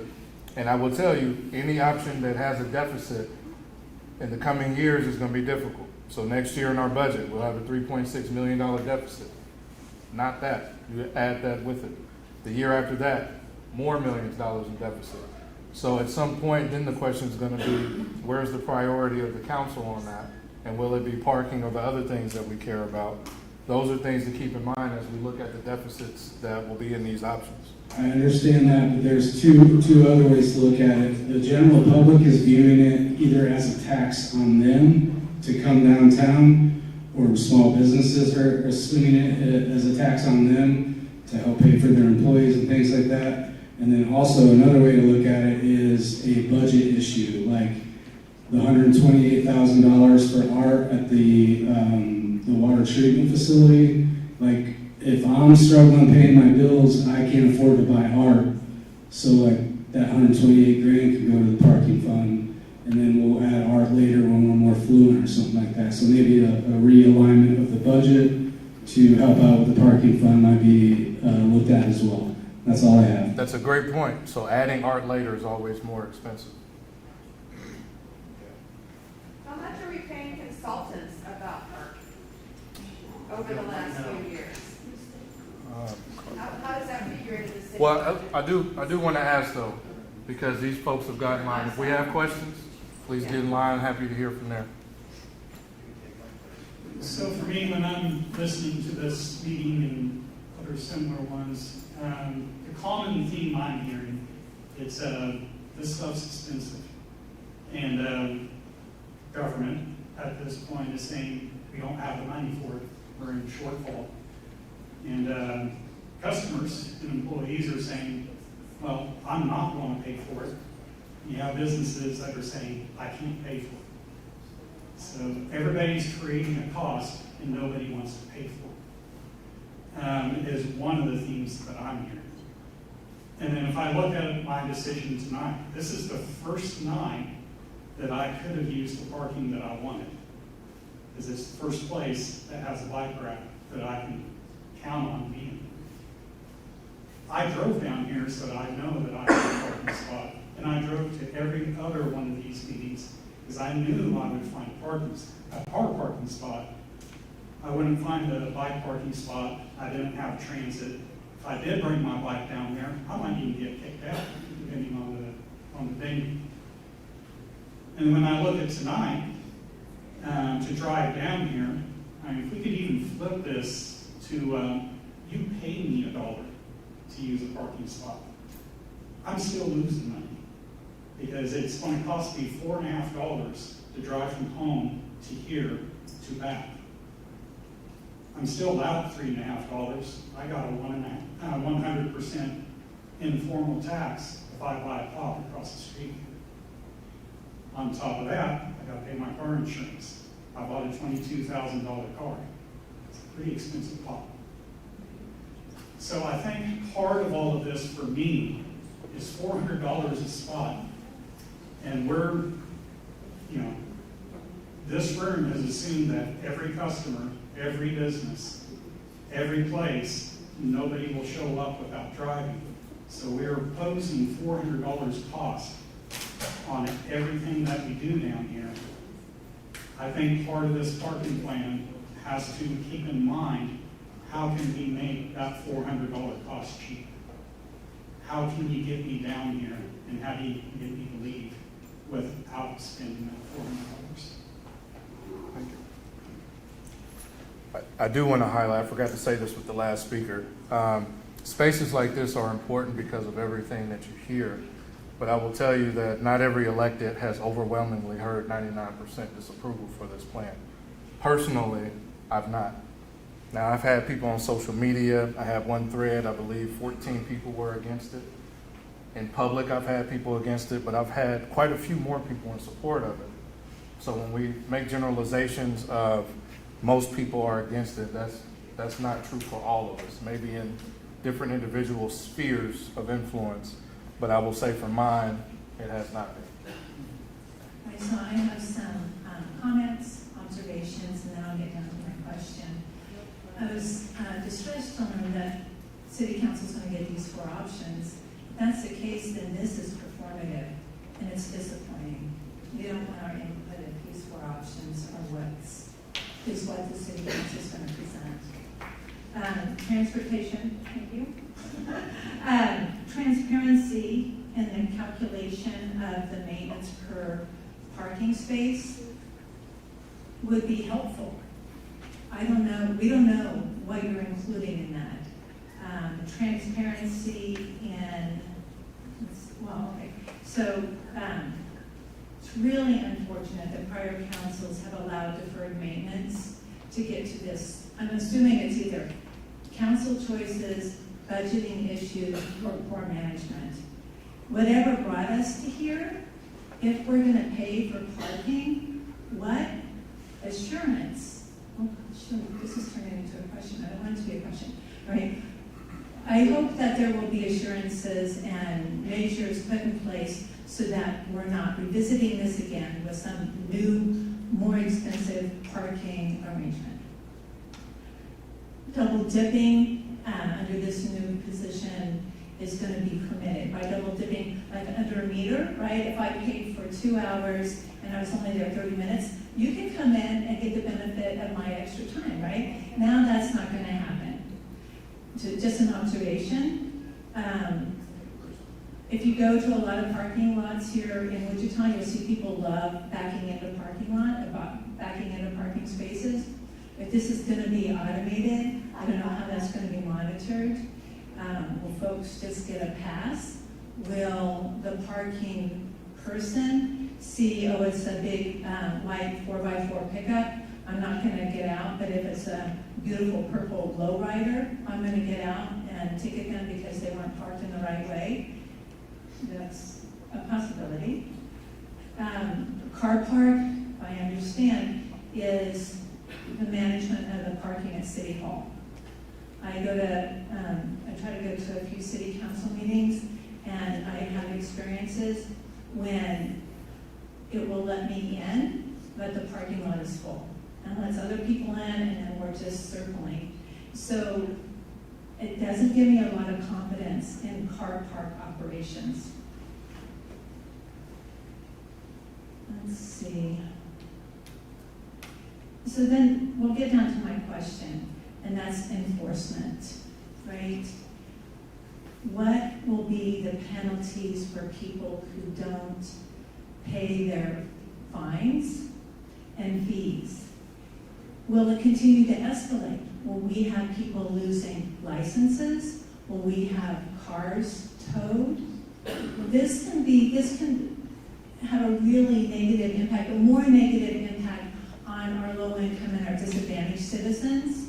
I mean, right now, the city has a program for folks to help them get their licenses reinstated when they don't have the resources to pay for maybe a motor vehicle, I don't know, a speeding ticket or something, right? And they lose their license. So are we going to further compound this on folks who don't have the means? Or, like, these signs are all in English and they don't understand? I'm very, very concerned about the enforcement. Is car park, are they going to have control of all of that? Because I guarantee you they're in the business to make money. We're in the business, the city seems to be in the business to make sure they don't lose money, right? But I'm concerned about car park. I'm very concerned about enforcement. I would say that they're in the business to manage our parking system. So it's not about trying to get the most revenue out of it. It's about making sure the system operates in the way it should. I will push back on the first part, though. When you say it's performative, these options came from public engagement. That's not performative. That's taking the notes and trying to develop something to address those issues. Those will be presented to council because we asked for public engagement and some options to come back to us from what we heard from the public. That's what we'll be considering. That's also not to say that some of this conversation, we talked about the 15-minute piece. Normally, our team will look at what was said tonight and at next week's meeting and see if there's any other potential things they can talk to council about. So none of this is performative. Again, as I said in the beginning of the meeting, our entire goal was to make sure we engage the public with the plan. We had it since 2019. We wanted to make sure people had a chance to read it, to hear about it, to talk to us. But the whole rollout this year was letting people know that come 2025, we'll have managed parking. And this is what we were proposing, and we want to hear from the public about that. So those 4 options, well, 3 of them, because one was doing nothing, 3 of those were based on what we heard from people. That's the only reason the potential sales tax came up as far as the CID in Old Town. That's the reason why you look at those different hours. That's the reason why they ran numbers on specific, having an hour free, talking about the 15-minute. All of that came from talking to businesses and residents about this plan. So none of this is performative. And even tonight, I asked for this meeting because I wanted to make sure we rolled out what was coming to council and that we could get some feedback and we could actually talk about the management of the plan, because we hadn't been able to get to it because there was a lot of focus on meters, the amount. There was some misinformation out about how much things would cost, $20 an hour. None of that stuff was true. So we wanted to have a meeting about specifics. These are the specifics of the plan. This is what we heard from the public, and this is what the council is going to hear in a future meeting. So again, it's not performative. There's a point to all of this, and it's engagement. Now, sometimes a decision will have to be made, and there are maybe some pushback to that, but we will have a choice to make. We're either going to do something, so that's 3 options, or we're going to do nothing. These are the implications that we're talking about of all of those options. And if the majority chooses to do nothing, then now the public is informed about what that looks like now and going into the future, or if we choose one of those other options. But a choice will be made, and something will either happen or it won't. We want to make sure everybody knows the real implications of all of that, because in the future, especially if you do nothing, those prices go up drastically. I get that. Then I encourage council members then dig into, ask for transparency on some of these calculations.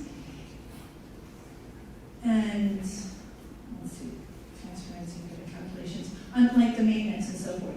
And find out how we got to a $12 million deferred maintenance, and develop a plan so that doesn't continue to happen.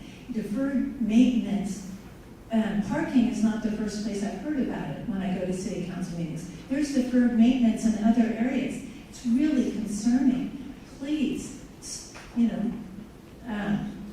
put a tourniquet on it or something, and then maybe you can even start making progress on it, because it's really discouraging. Thank you. That's the hope.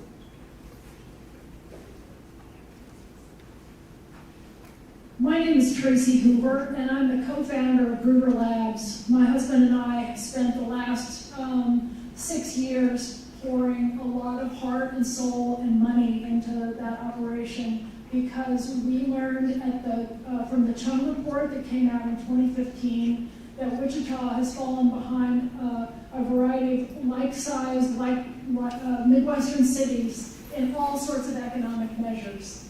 And we came out of retirement to do that.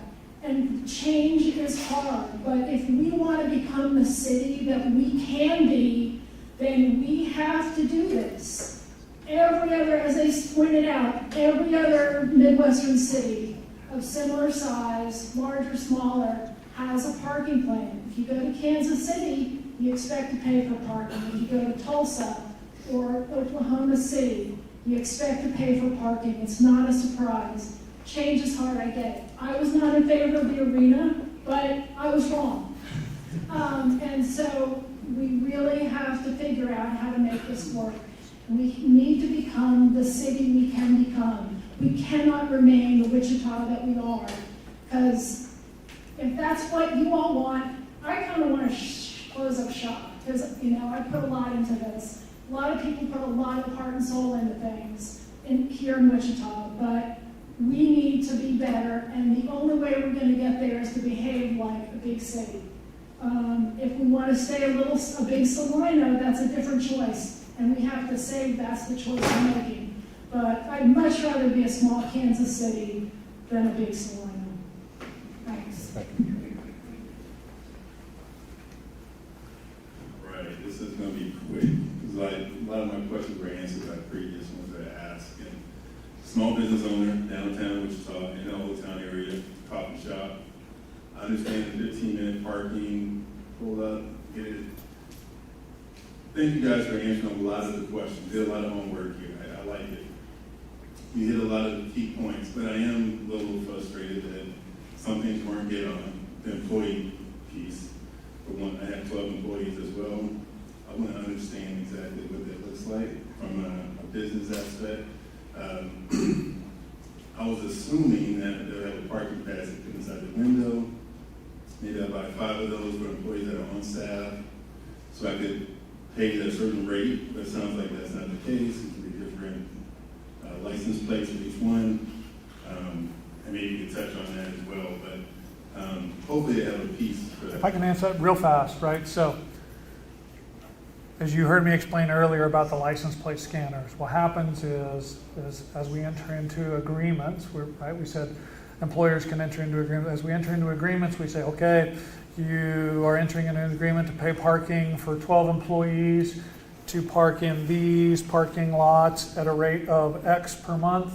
And then what happens is you send, once we execute that agreement and everything's agreed to, you send us that employee information, right, name, vehicle, make, license plate, and we put that into the system. So when the officers are driving around scanning plates in that zone, they know that your employee has been paid to park in that zone. Now, the reason why things like hang tags and stuff like don't work, because one, it's not as efficient, right? It's not as effective. And the reason why we do it like the way I just described it is if that employee then goes to Century 2, right? They're not into the system in a way where they're not paying to park at C2. They're only not paying to park for those parking zones that they've been allocated for. Let me just add to that. That so if we keep those 5 parking passes, I only had 5 employees that work at a time out of my 12. Yep. And so we keep those parking passes there inside our office, and when an employee comes, they come and they hang it into their car. Was my thought to save on cost, but this time that's an option. Is that my understanding? Everything will be plate-based, but we had a question come up. We're working through the logistics of it, right? The explanation was given, well, I have a family of 2 vehicles, right? And today I had to drive the other vehicle, so how does that vehicle get into the system? We're working through some of those logistics. Okay. Yep. One question we had about someone parks backwards. I'm a military guy. A lot of people do park backwards. Kansas does not have a front and back license plate. How does that work? What does that system look like? And from a management standpoint. So unfortunately, you can only pull into a parking space so that the officers can read the plates, right? But that's the same as in any other city in Kansas or any other state that only requires 1 plate. It's the same system across the nation. You're just going to upset half the military community and law enforcement. That's what they do. I mean, that's the safety part. I mean, you back into a system. I mean, I get it. It's just, I'm just telling you from a military background. I get it. That's usually how. I get it. It's going to happen. It sounds like it's going to happen. This is all. Yeah. Thank you. So again, before you say that, I mean, people, each one of us have a decision to make to vote, and it's going to be to do something or nothing. Right. You don't know if a council member might say, "I don't want to do anything right now. We don't want paid parking." It's going to take a majority of the council. That's fair. And I can't tell you where everybody's at. Yeah, that would be amazing. I mean, I understand that if it's not broken, don't fix it, but it sounds like obviously something is broken and needs to be fixed. I just don't agree with, to me, it feels like the biomedicine is moving in. Someone has to pay for it. I mean, businesses are there and, hey, someone has to put the bill. I honestly don't feel like it's that broken. You touched on the security piece. I think you need to highlight that a lot more. If someone feels that they're getting value for the security piece, I'm in Old Town. Stuff happens all the time. I get the alerts, shootings, burglary, everything. So if you had a security piece of that, when people feel value, into the system paid parking, we may have something there. I could tell you're going to add a fee to something where there's really no security, and now I have to pay for it. It's a small business owner, it hurts. It hurts a lot, and I want to see a drop. been open for 3 months, and things are doing okay. We're breaking even, but it's not, it takes a while to even make a profit. So my fear is here in 2025, January, I got this added fee. I also got to pay my employees parking. Instead of paying 5, which I thought I could probably get away with, and I got to pay 12, it's disheartening. I'm not going to pass that fee on to my employees that make $11 an hour. That's not fair. So hopefully the next meeting, and you guys come back with something that's, it sounds like A is the best option. You know, I'm just looking up here, and it's not a great option, but I understand you can't do anything, but I'm just hoping you guys come back with some other options for us, for a business standpoint.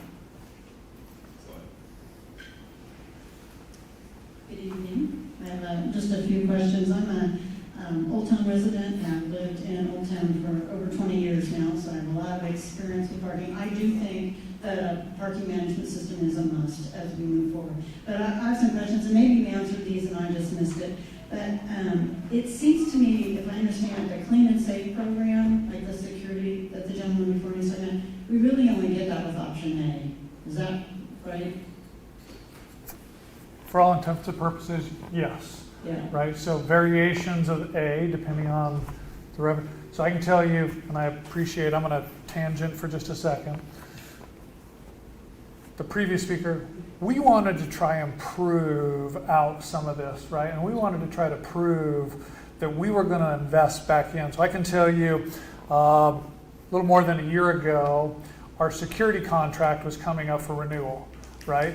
We used to have a security contract where we would have one officer patrolling half of our structures for third shift only. Okay? So we said, we can't do that, right? I mean, daytime, nobody's patrolling, right? What happens if somebody calls in sick? I mean, so when we put out the RFP for the new security contract, we required that there was one officer 24/7, 365 that was patrolling every parking lot and every parking structure. And it cost us a little bit more money, right? In fact, it cost us twice as much money.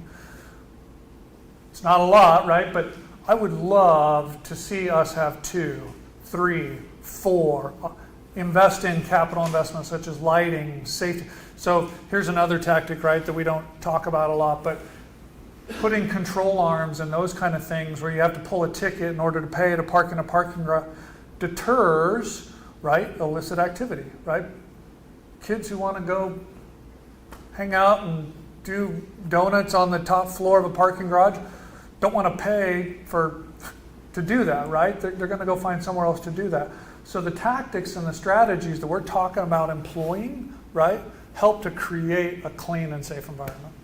Yeah, and I've been in other cities that have true clean and safe programs, and it makes a huge difference. Absolutely. It really does. Yep. And then it looks like option B, C, and D, the O&M and capital expenses, they would either be more deferred, add to that deferred, or they'll have to come out of the general fund or capital program or something, right? Yep. Okay. And then on option C1, where they to raise the rates in Old Town, do we know what the magnitude of that would be? Is it, I just missed it. Yeah. Yeah. So we're walking through the process right now. I keep pointing to Stephanie Knable in our back, one of our new parking managers, right, who's assisting drive through some of these numbers. We're churning through the numbers, evaluating every single address, every single use, every single occupancy, and then kind of doing the reverse calculation. We're working through the Okay, numbers. so I didn't miss it. We just haven't figured it out yet. And then I brought this up before, and I don't know, but I just think that, again, I've been in other cities that have this, and businesses can validate parking, and I don't know if that's a possibility. I know it is in other places that have parking management systems. Yeah, so I can tell you a quick story, and I swear I'm not gonna tell you these stories because we got about 25 minutes, right? The library closes at 8 o'clock, so we're gonna try and churn through as many of these as possible. But to answer, there was a really interesting story where the way the systems are designed, There's not really a validation process per se, but I heard a really cool story about how some folks have gotten around the system, right? It was a story of a woman who went into a restaurant in another community, right, elsewhere in the nation, and they even had signage on it that says, hey, if you come frequent this restaurant, they'll validate your parking. So the experience was walking in and walking up to the hostess stand, and I said, hey, if you're going to dine with us, put your license plate and your information into the system, and we'll pay for that first 3 hours, right? So they basically created sort of a Park Mobile account, and they're just paying, they're validating for those, again, kind of an outside-the-box creative way of thinking about how retailers and other can validate parking, even though the system isn't designed to do it. Yep. I'm back, the line kept growing. So really quickly, just thoughts on a lot of great comments from everybody here.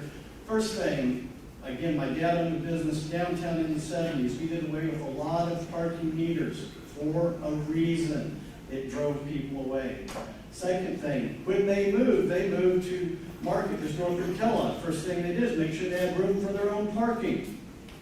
I bought 2 buildings in Delano. The first thing I did was knock a hole in the back of one of them for my own garage, so I could have my own parking. The businesses that are building can elevate, they can build their own parking. They can go up, it doesn't have to go out. That's one thing. We don't, it doesn't have to fit out the general budget. Then 2, you mentioned again, car park. Car park is not in this to just manage, they are in it to make money. That's what any business does. Let's be honest. That's why I'm in business. That's why everybody in this room is in business. So we're not in it just, to do other things. The other thing is, trying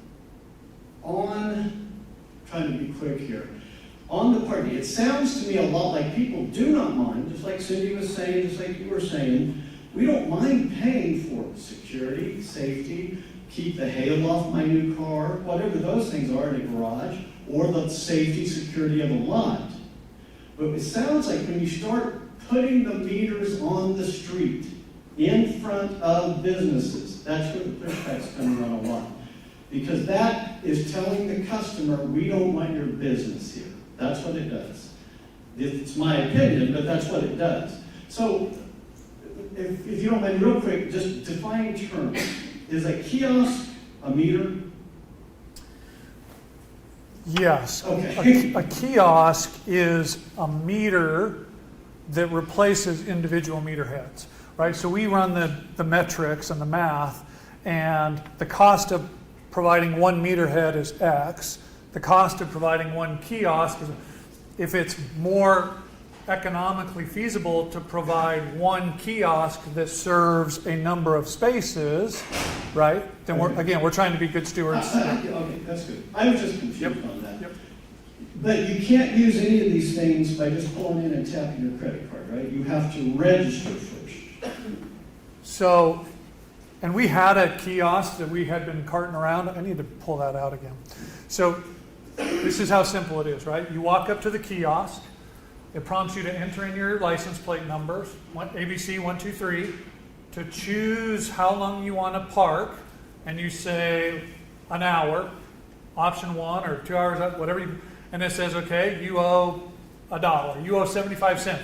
I can pull out my card, I can tap, put it back in my wallet, it prints out a receipt, and I go about my business. The great thing about today's technology in that is I no longer have to take that ticket and walk all the way back to my car and put it on the dashboard, because the minute that I paid for that session, my license plate went into the system, and when the scanners are coming around, they know that you paid. Well, when you're assuming I know what my license tag is, there's a way to, nobody does. But you've got to get all this. Again, one more little bitty hassle. If I have the choice of driving through Starbucks, or go to the coffee shop beside my building in Delano, one of them I can just drive through and get my coffee. The other one I have to pay, I have to park, I have to enter my license tag, I have to do all this stuff. I mean, there's a hassle factor to it. There is.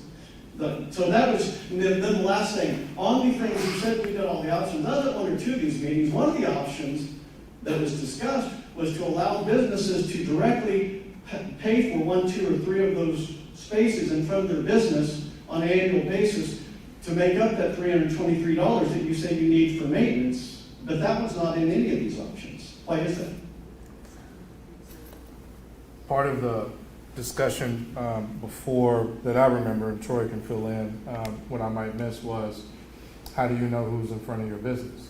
And so one of those things is, as a business owner, if you got a coffee shop, you want those 3 spaces to be for folks coming in to get coffee.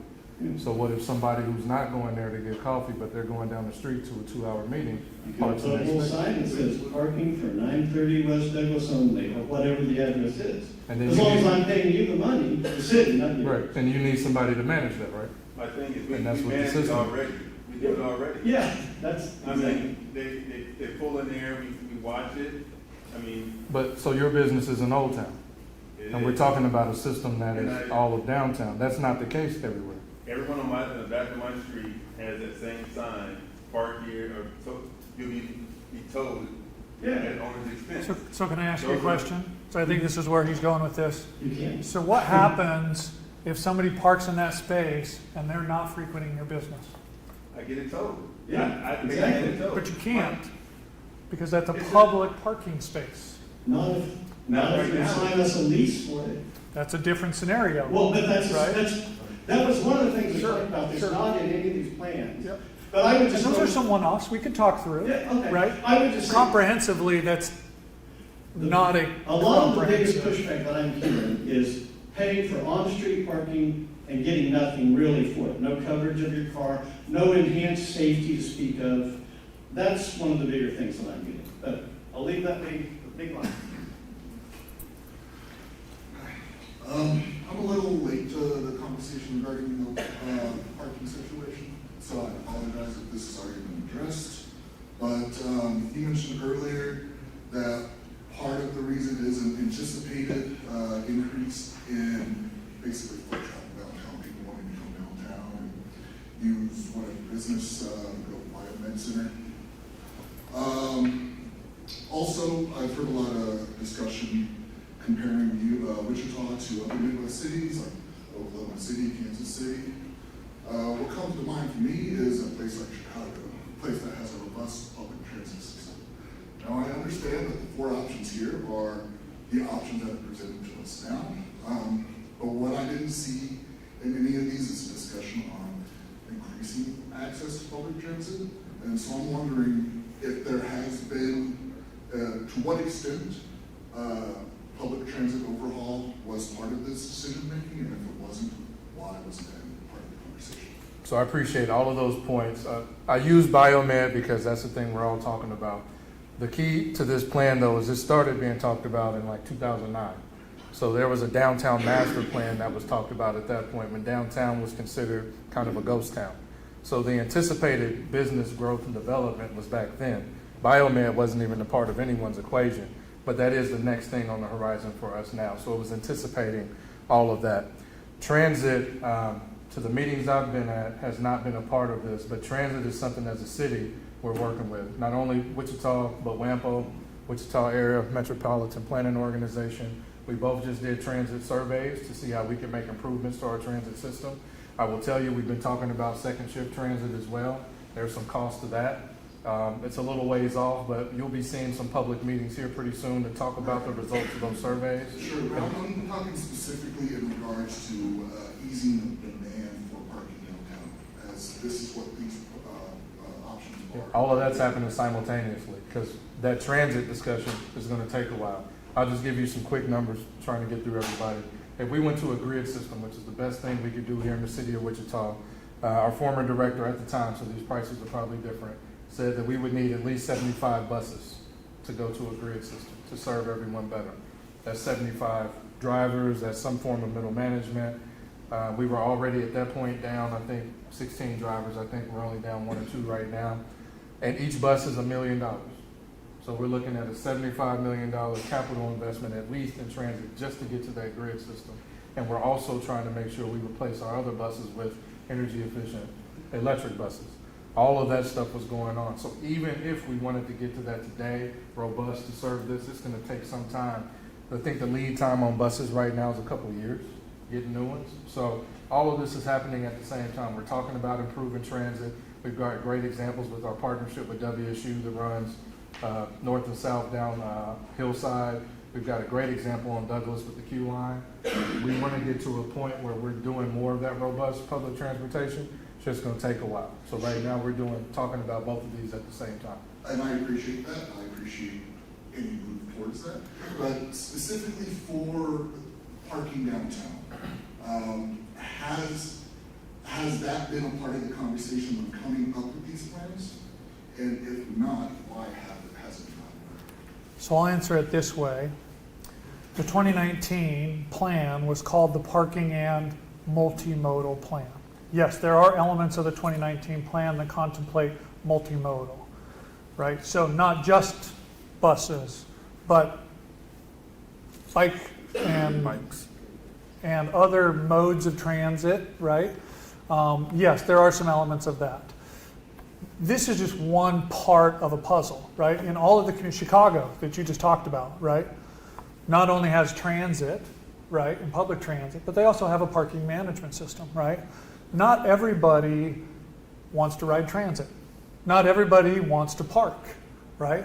So the ultimate goal, 10, 15, 20, 30 years from now, we're trying to think 30 years into the future, is how do we put pieces in place today to unlock... Your attention, please. The library will close in 15 minutes. If you have books or other items to check out, staff are available near the self-check stations to assist.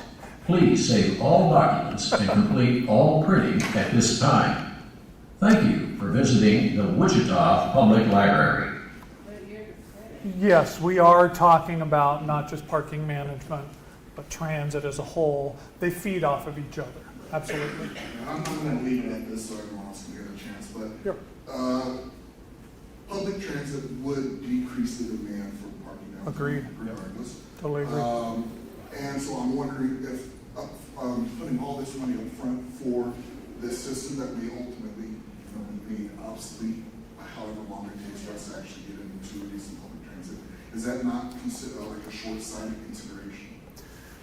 No, because the investments we're making now will unlock future development opportunities, which will eliminate existing on-street parking today, and eventually the domino is going to tip in which there will be more demand than there is parking, which will also feed into a conversation around how do we move people around. A lot of the strategies we're trying to employ too are also called a park once solution, right?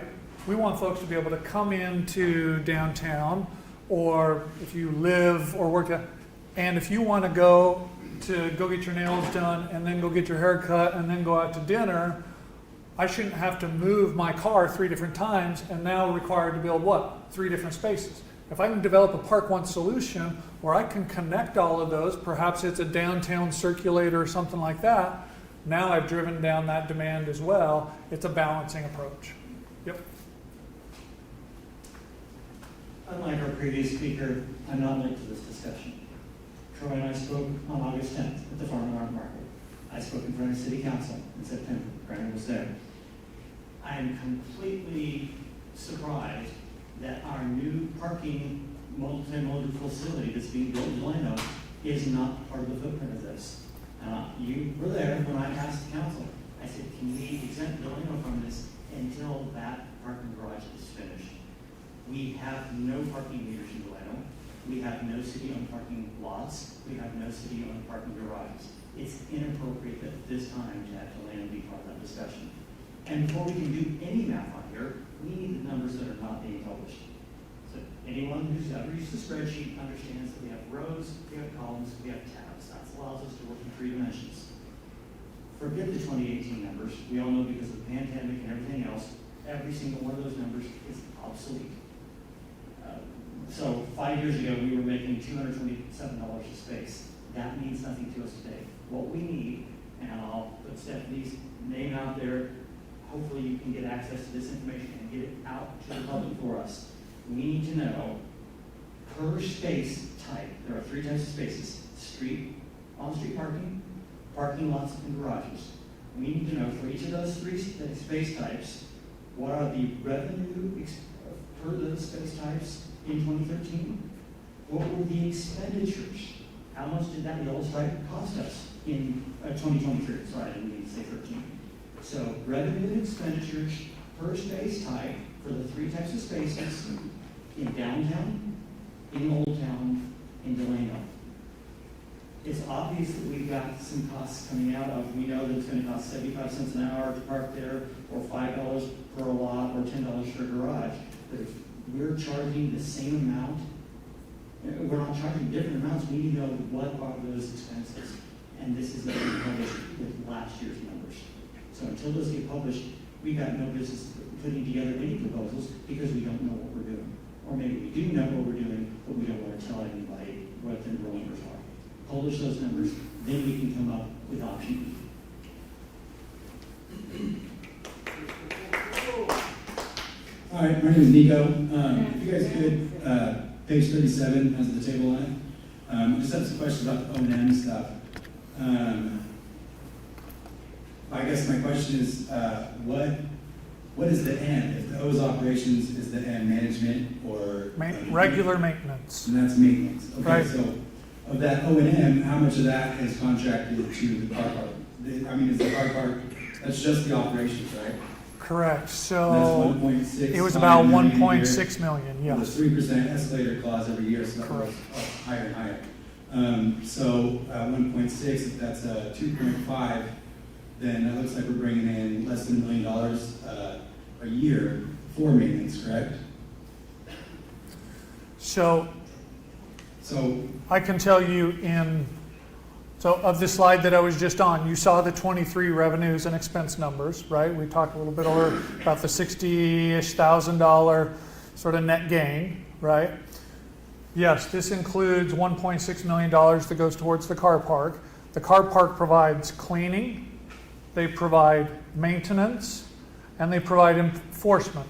There are, I want to go back and double check, there's 12 to 15 employees, right? That goes to pay. Those are all Wichita residents who are being employed. There was a suggestion that all of this money is going back to Boise, Idaho, and that's just not the case, right? Well, at the September 10th City Council meeting, we mentioned, it was brought up why the city can't kind of figure out their own kind of parking department themselves. And someone mentioned that it was more affordable to have this company do it because they'll offer lower wages and less benefits to the employees, which seems like kind of I don't know, it seems like a kind of a weird way to save money. But I'm trying to keep it short, and so my point was, if we're only bringing in $900,000 a year for maintenance, if we're planning to bring in $765 million in 2025 for the budget, that accounts for 0.1% of the budget. And that's what all this fighting and this hoorah is about 0.1% of the budget. And to me, what it seems like is we're endangering the small businesses downtown and nickel and diming the consumers that come down here for a fraction of a percent of the budget. Yeah, I would disagree with the part of, or not disagree, I would just highlight for you, because I remember you saying that. And I believe that same meeting I mentioned, it will come down to priorities. So the reality right now is when it comes to council priorities, if we were to hire those folks like you, I think people should be paid, and I know we can pay better. When it comes to benefits, I think they should have them, and I know ours are better. Car Park being contracted with will do the management of this and the enforcement, and they don't have to worry about political issues. For example, when we talk about our budget deficit, the question will be, will the council prioritize keeping those positions and jobs to make sure parking downtown is good? Or will they look at public safety? Will they look at police or fire or public works? Or will it be this parking department? If we have to freeze hiring and move people, will it be parking or will it be somewhere else? Given the conversations we've heard in the public from me and my colleagues, parking probably won't be there. So right now, to make sure parking is managed, the best option is for Car Park to do it so that we can make sure we make progress on the management plan and what's coming in the future. when you talk about the nickel and diming of some smaller percent of the budget, that's literally what we do. We have to make decisions with the budget. That is an important piece to what happens downtown and the rest of our community, but we will make different priorities. And again, it will take a majority of the council to make those priorities. What I think in a vacuum doesn't matter. What one other member in a vacuum doesn't matter. But a majority of the council will have to choose whether to nickel and dime, as you say. Make these decisions with the money that we have available from the revenues we make. Option A allows for all the enforcement to happen. It allows for the parking plan to go forward. But if the majority of the council chooses another one, again, we all know the impacts of that and what that's going to look like.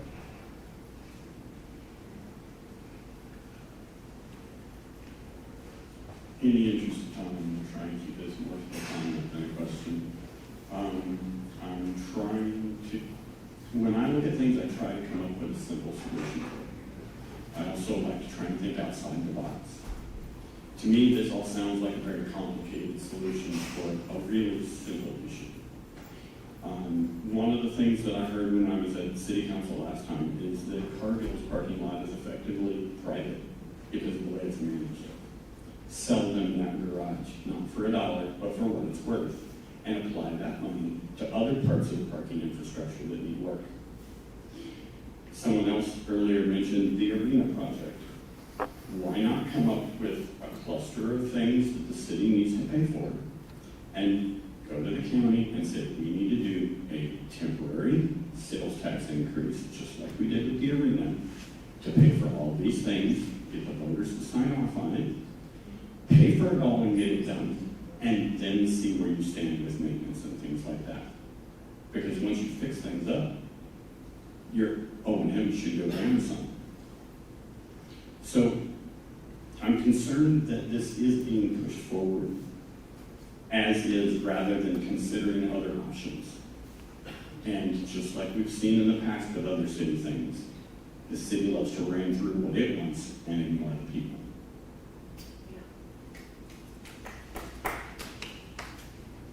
I was wondering, what is the plans for the parking on the, I forget the name of the apartment complex east here, that you can park on the roof? Mm-hmm. Is that still going to be free? So, yes. And to answer one of the previous questions, right? The garage that was referenced is already privately owned. We don't own that garage. That's already a privately owned garage, which is why that owner of that structure only allows their employees to park in that garage outside of what the agreement says, which is open to the public. The garage you're referring to, the River Vista garage, same scenario. It's a privately owned garage. There was a requirement that a certain percentage of those garages be made available to the public, right? That was part of the taxpayers' contribution to those projects, right? Was that there be made available a percentage of the... So those parking structures, during the times that are allotted, will continue to be made available at no cost. These costs, these rates, are for public garages. Private garages control private garages. I can't control what a private property owner charges for their garage. I can't control what a private property owner charges for their parking lot. All of these rates are for publicly owned and operated and controlled garages, lots, and on-street. Wasn't that kind of contracted in for them to get the zoning for, there was some kind of deal made for that to be free to the public, right? When it went in? I believe it's based on time when it's available, because their employees park in that garage. Just like the River Vista, the agreement, I believe it's the top floor, is open to the public. So it's all about what's in the agreement for that. No one parks there, that's why I kind of hesitated to mention that. No, it's, so, I mean, that came up during the meeting. So we acknowledge we need to do a better job of identifying where that free parking is. That was something that came up during the meeting. So I think it's on our website somewhere. Not everybody goes to the website. But there's no time limit on that. It's 24 hours a day, isn't it, free? In that garage, the terms and conditions of the contract, yes, are different. I don't know, I don't have the terms and conditions off the top of my head. We are working on a publication that shows all of the parking garages in downtown, the publicly owned and operated, there's one public garage that's privately operated, and there are a number of private garages that require a certain percentage be made available to the public. We're actually working, I don't know, is that even on the website yet? It should be, I'll check. Check out parkwichita.com. So the garage shows, and there's a reference like to number 1 or 2 or 3 or whatever it is, and on the back side of it, it tells you all of the details of the terms and conditions about how to park in that private garage. Okay, but we need to get out of here because you don't want to make a library. Thank you. Well, we got one more, real fast. I should have stood in line earlier. All government operations are facing challenges, always have, of increasing expenses and great resistance to increased taxes, whether they're sales taxes or property taxes. Wichita currently has had a way to defer some of that maintenance, and that was a way to balance the budget year by year. And now it's accumulated and it's not safe and it's a bad thing. But I'm sorry that the solution is not to just fix the garages and increase sales tax and property tax, which wouldn't be very much per person for the city of Wichita, instead of expanding this family plan, which includes everybody and includes, apparently, if I read this correctly, $1 million a year. Your attention, please. The library is closed. Please proceed to the exits immediately. Thank you. Or you'll be locked in. But it's $1 million or $50 million and a half per year that would maintain those structured parking garages, which is what the problem is. Why expand to all this expense of maintaining a parking system when you could get by with just paying those expenses? So, and then second, I run a business in Delano, and I think there's a great chance that a lot of businesses will leave, and that hasn't been mentioned in all of this. And we've been working to build our downtown up, and I think it's going to be a big hit that can't be forecast exactly, but I think we'll see it. I'll try to maybe answer real fast. Parting thoughts, questions, right? You talk about increasing property taxes, right? That, even if there is an appetite of the elected officials to increase property taxes, only responds to maintenance and operate. It doesn't respond to management of parking. Unless we're talking about employing 20 officers to go around and chalk tires. That's what I'm saying. Let's not manage parking. Okay. Just maintain. Okay.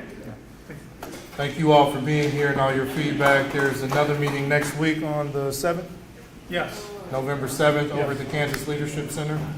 If we didn't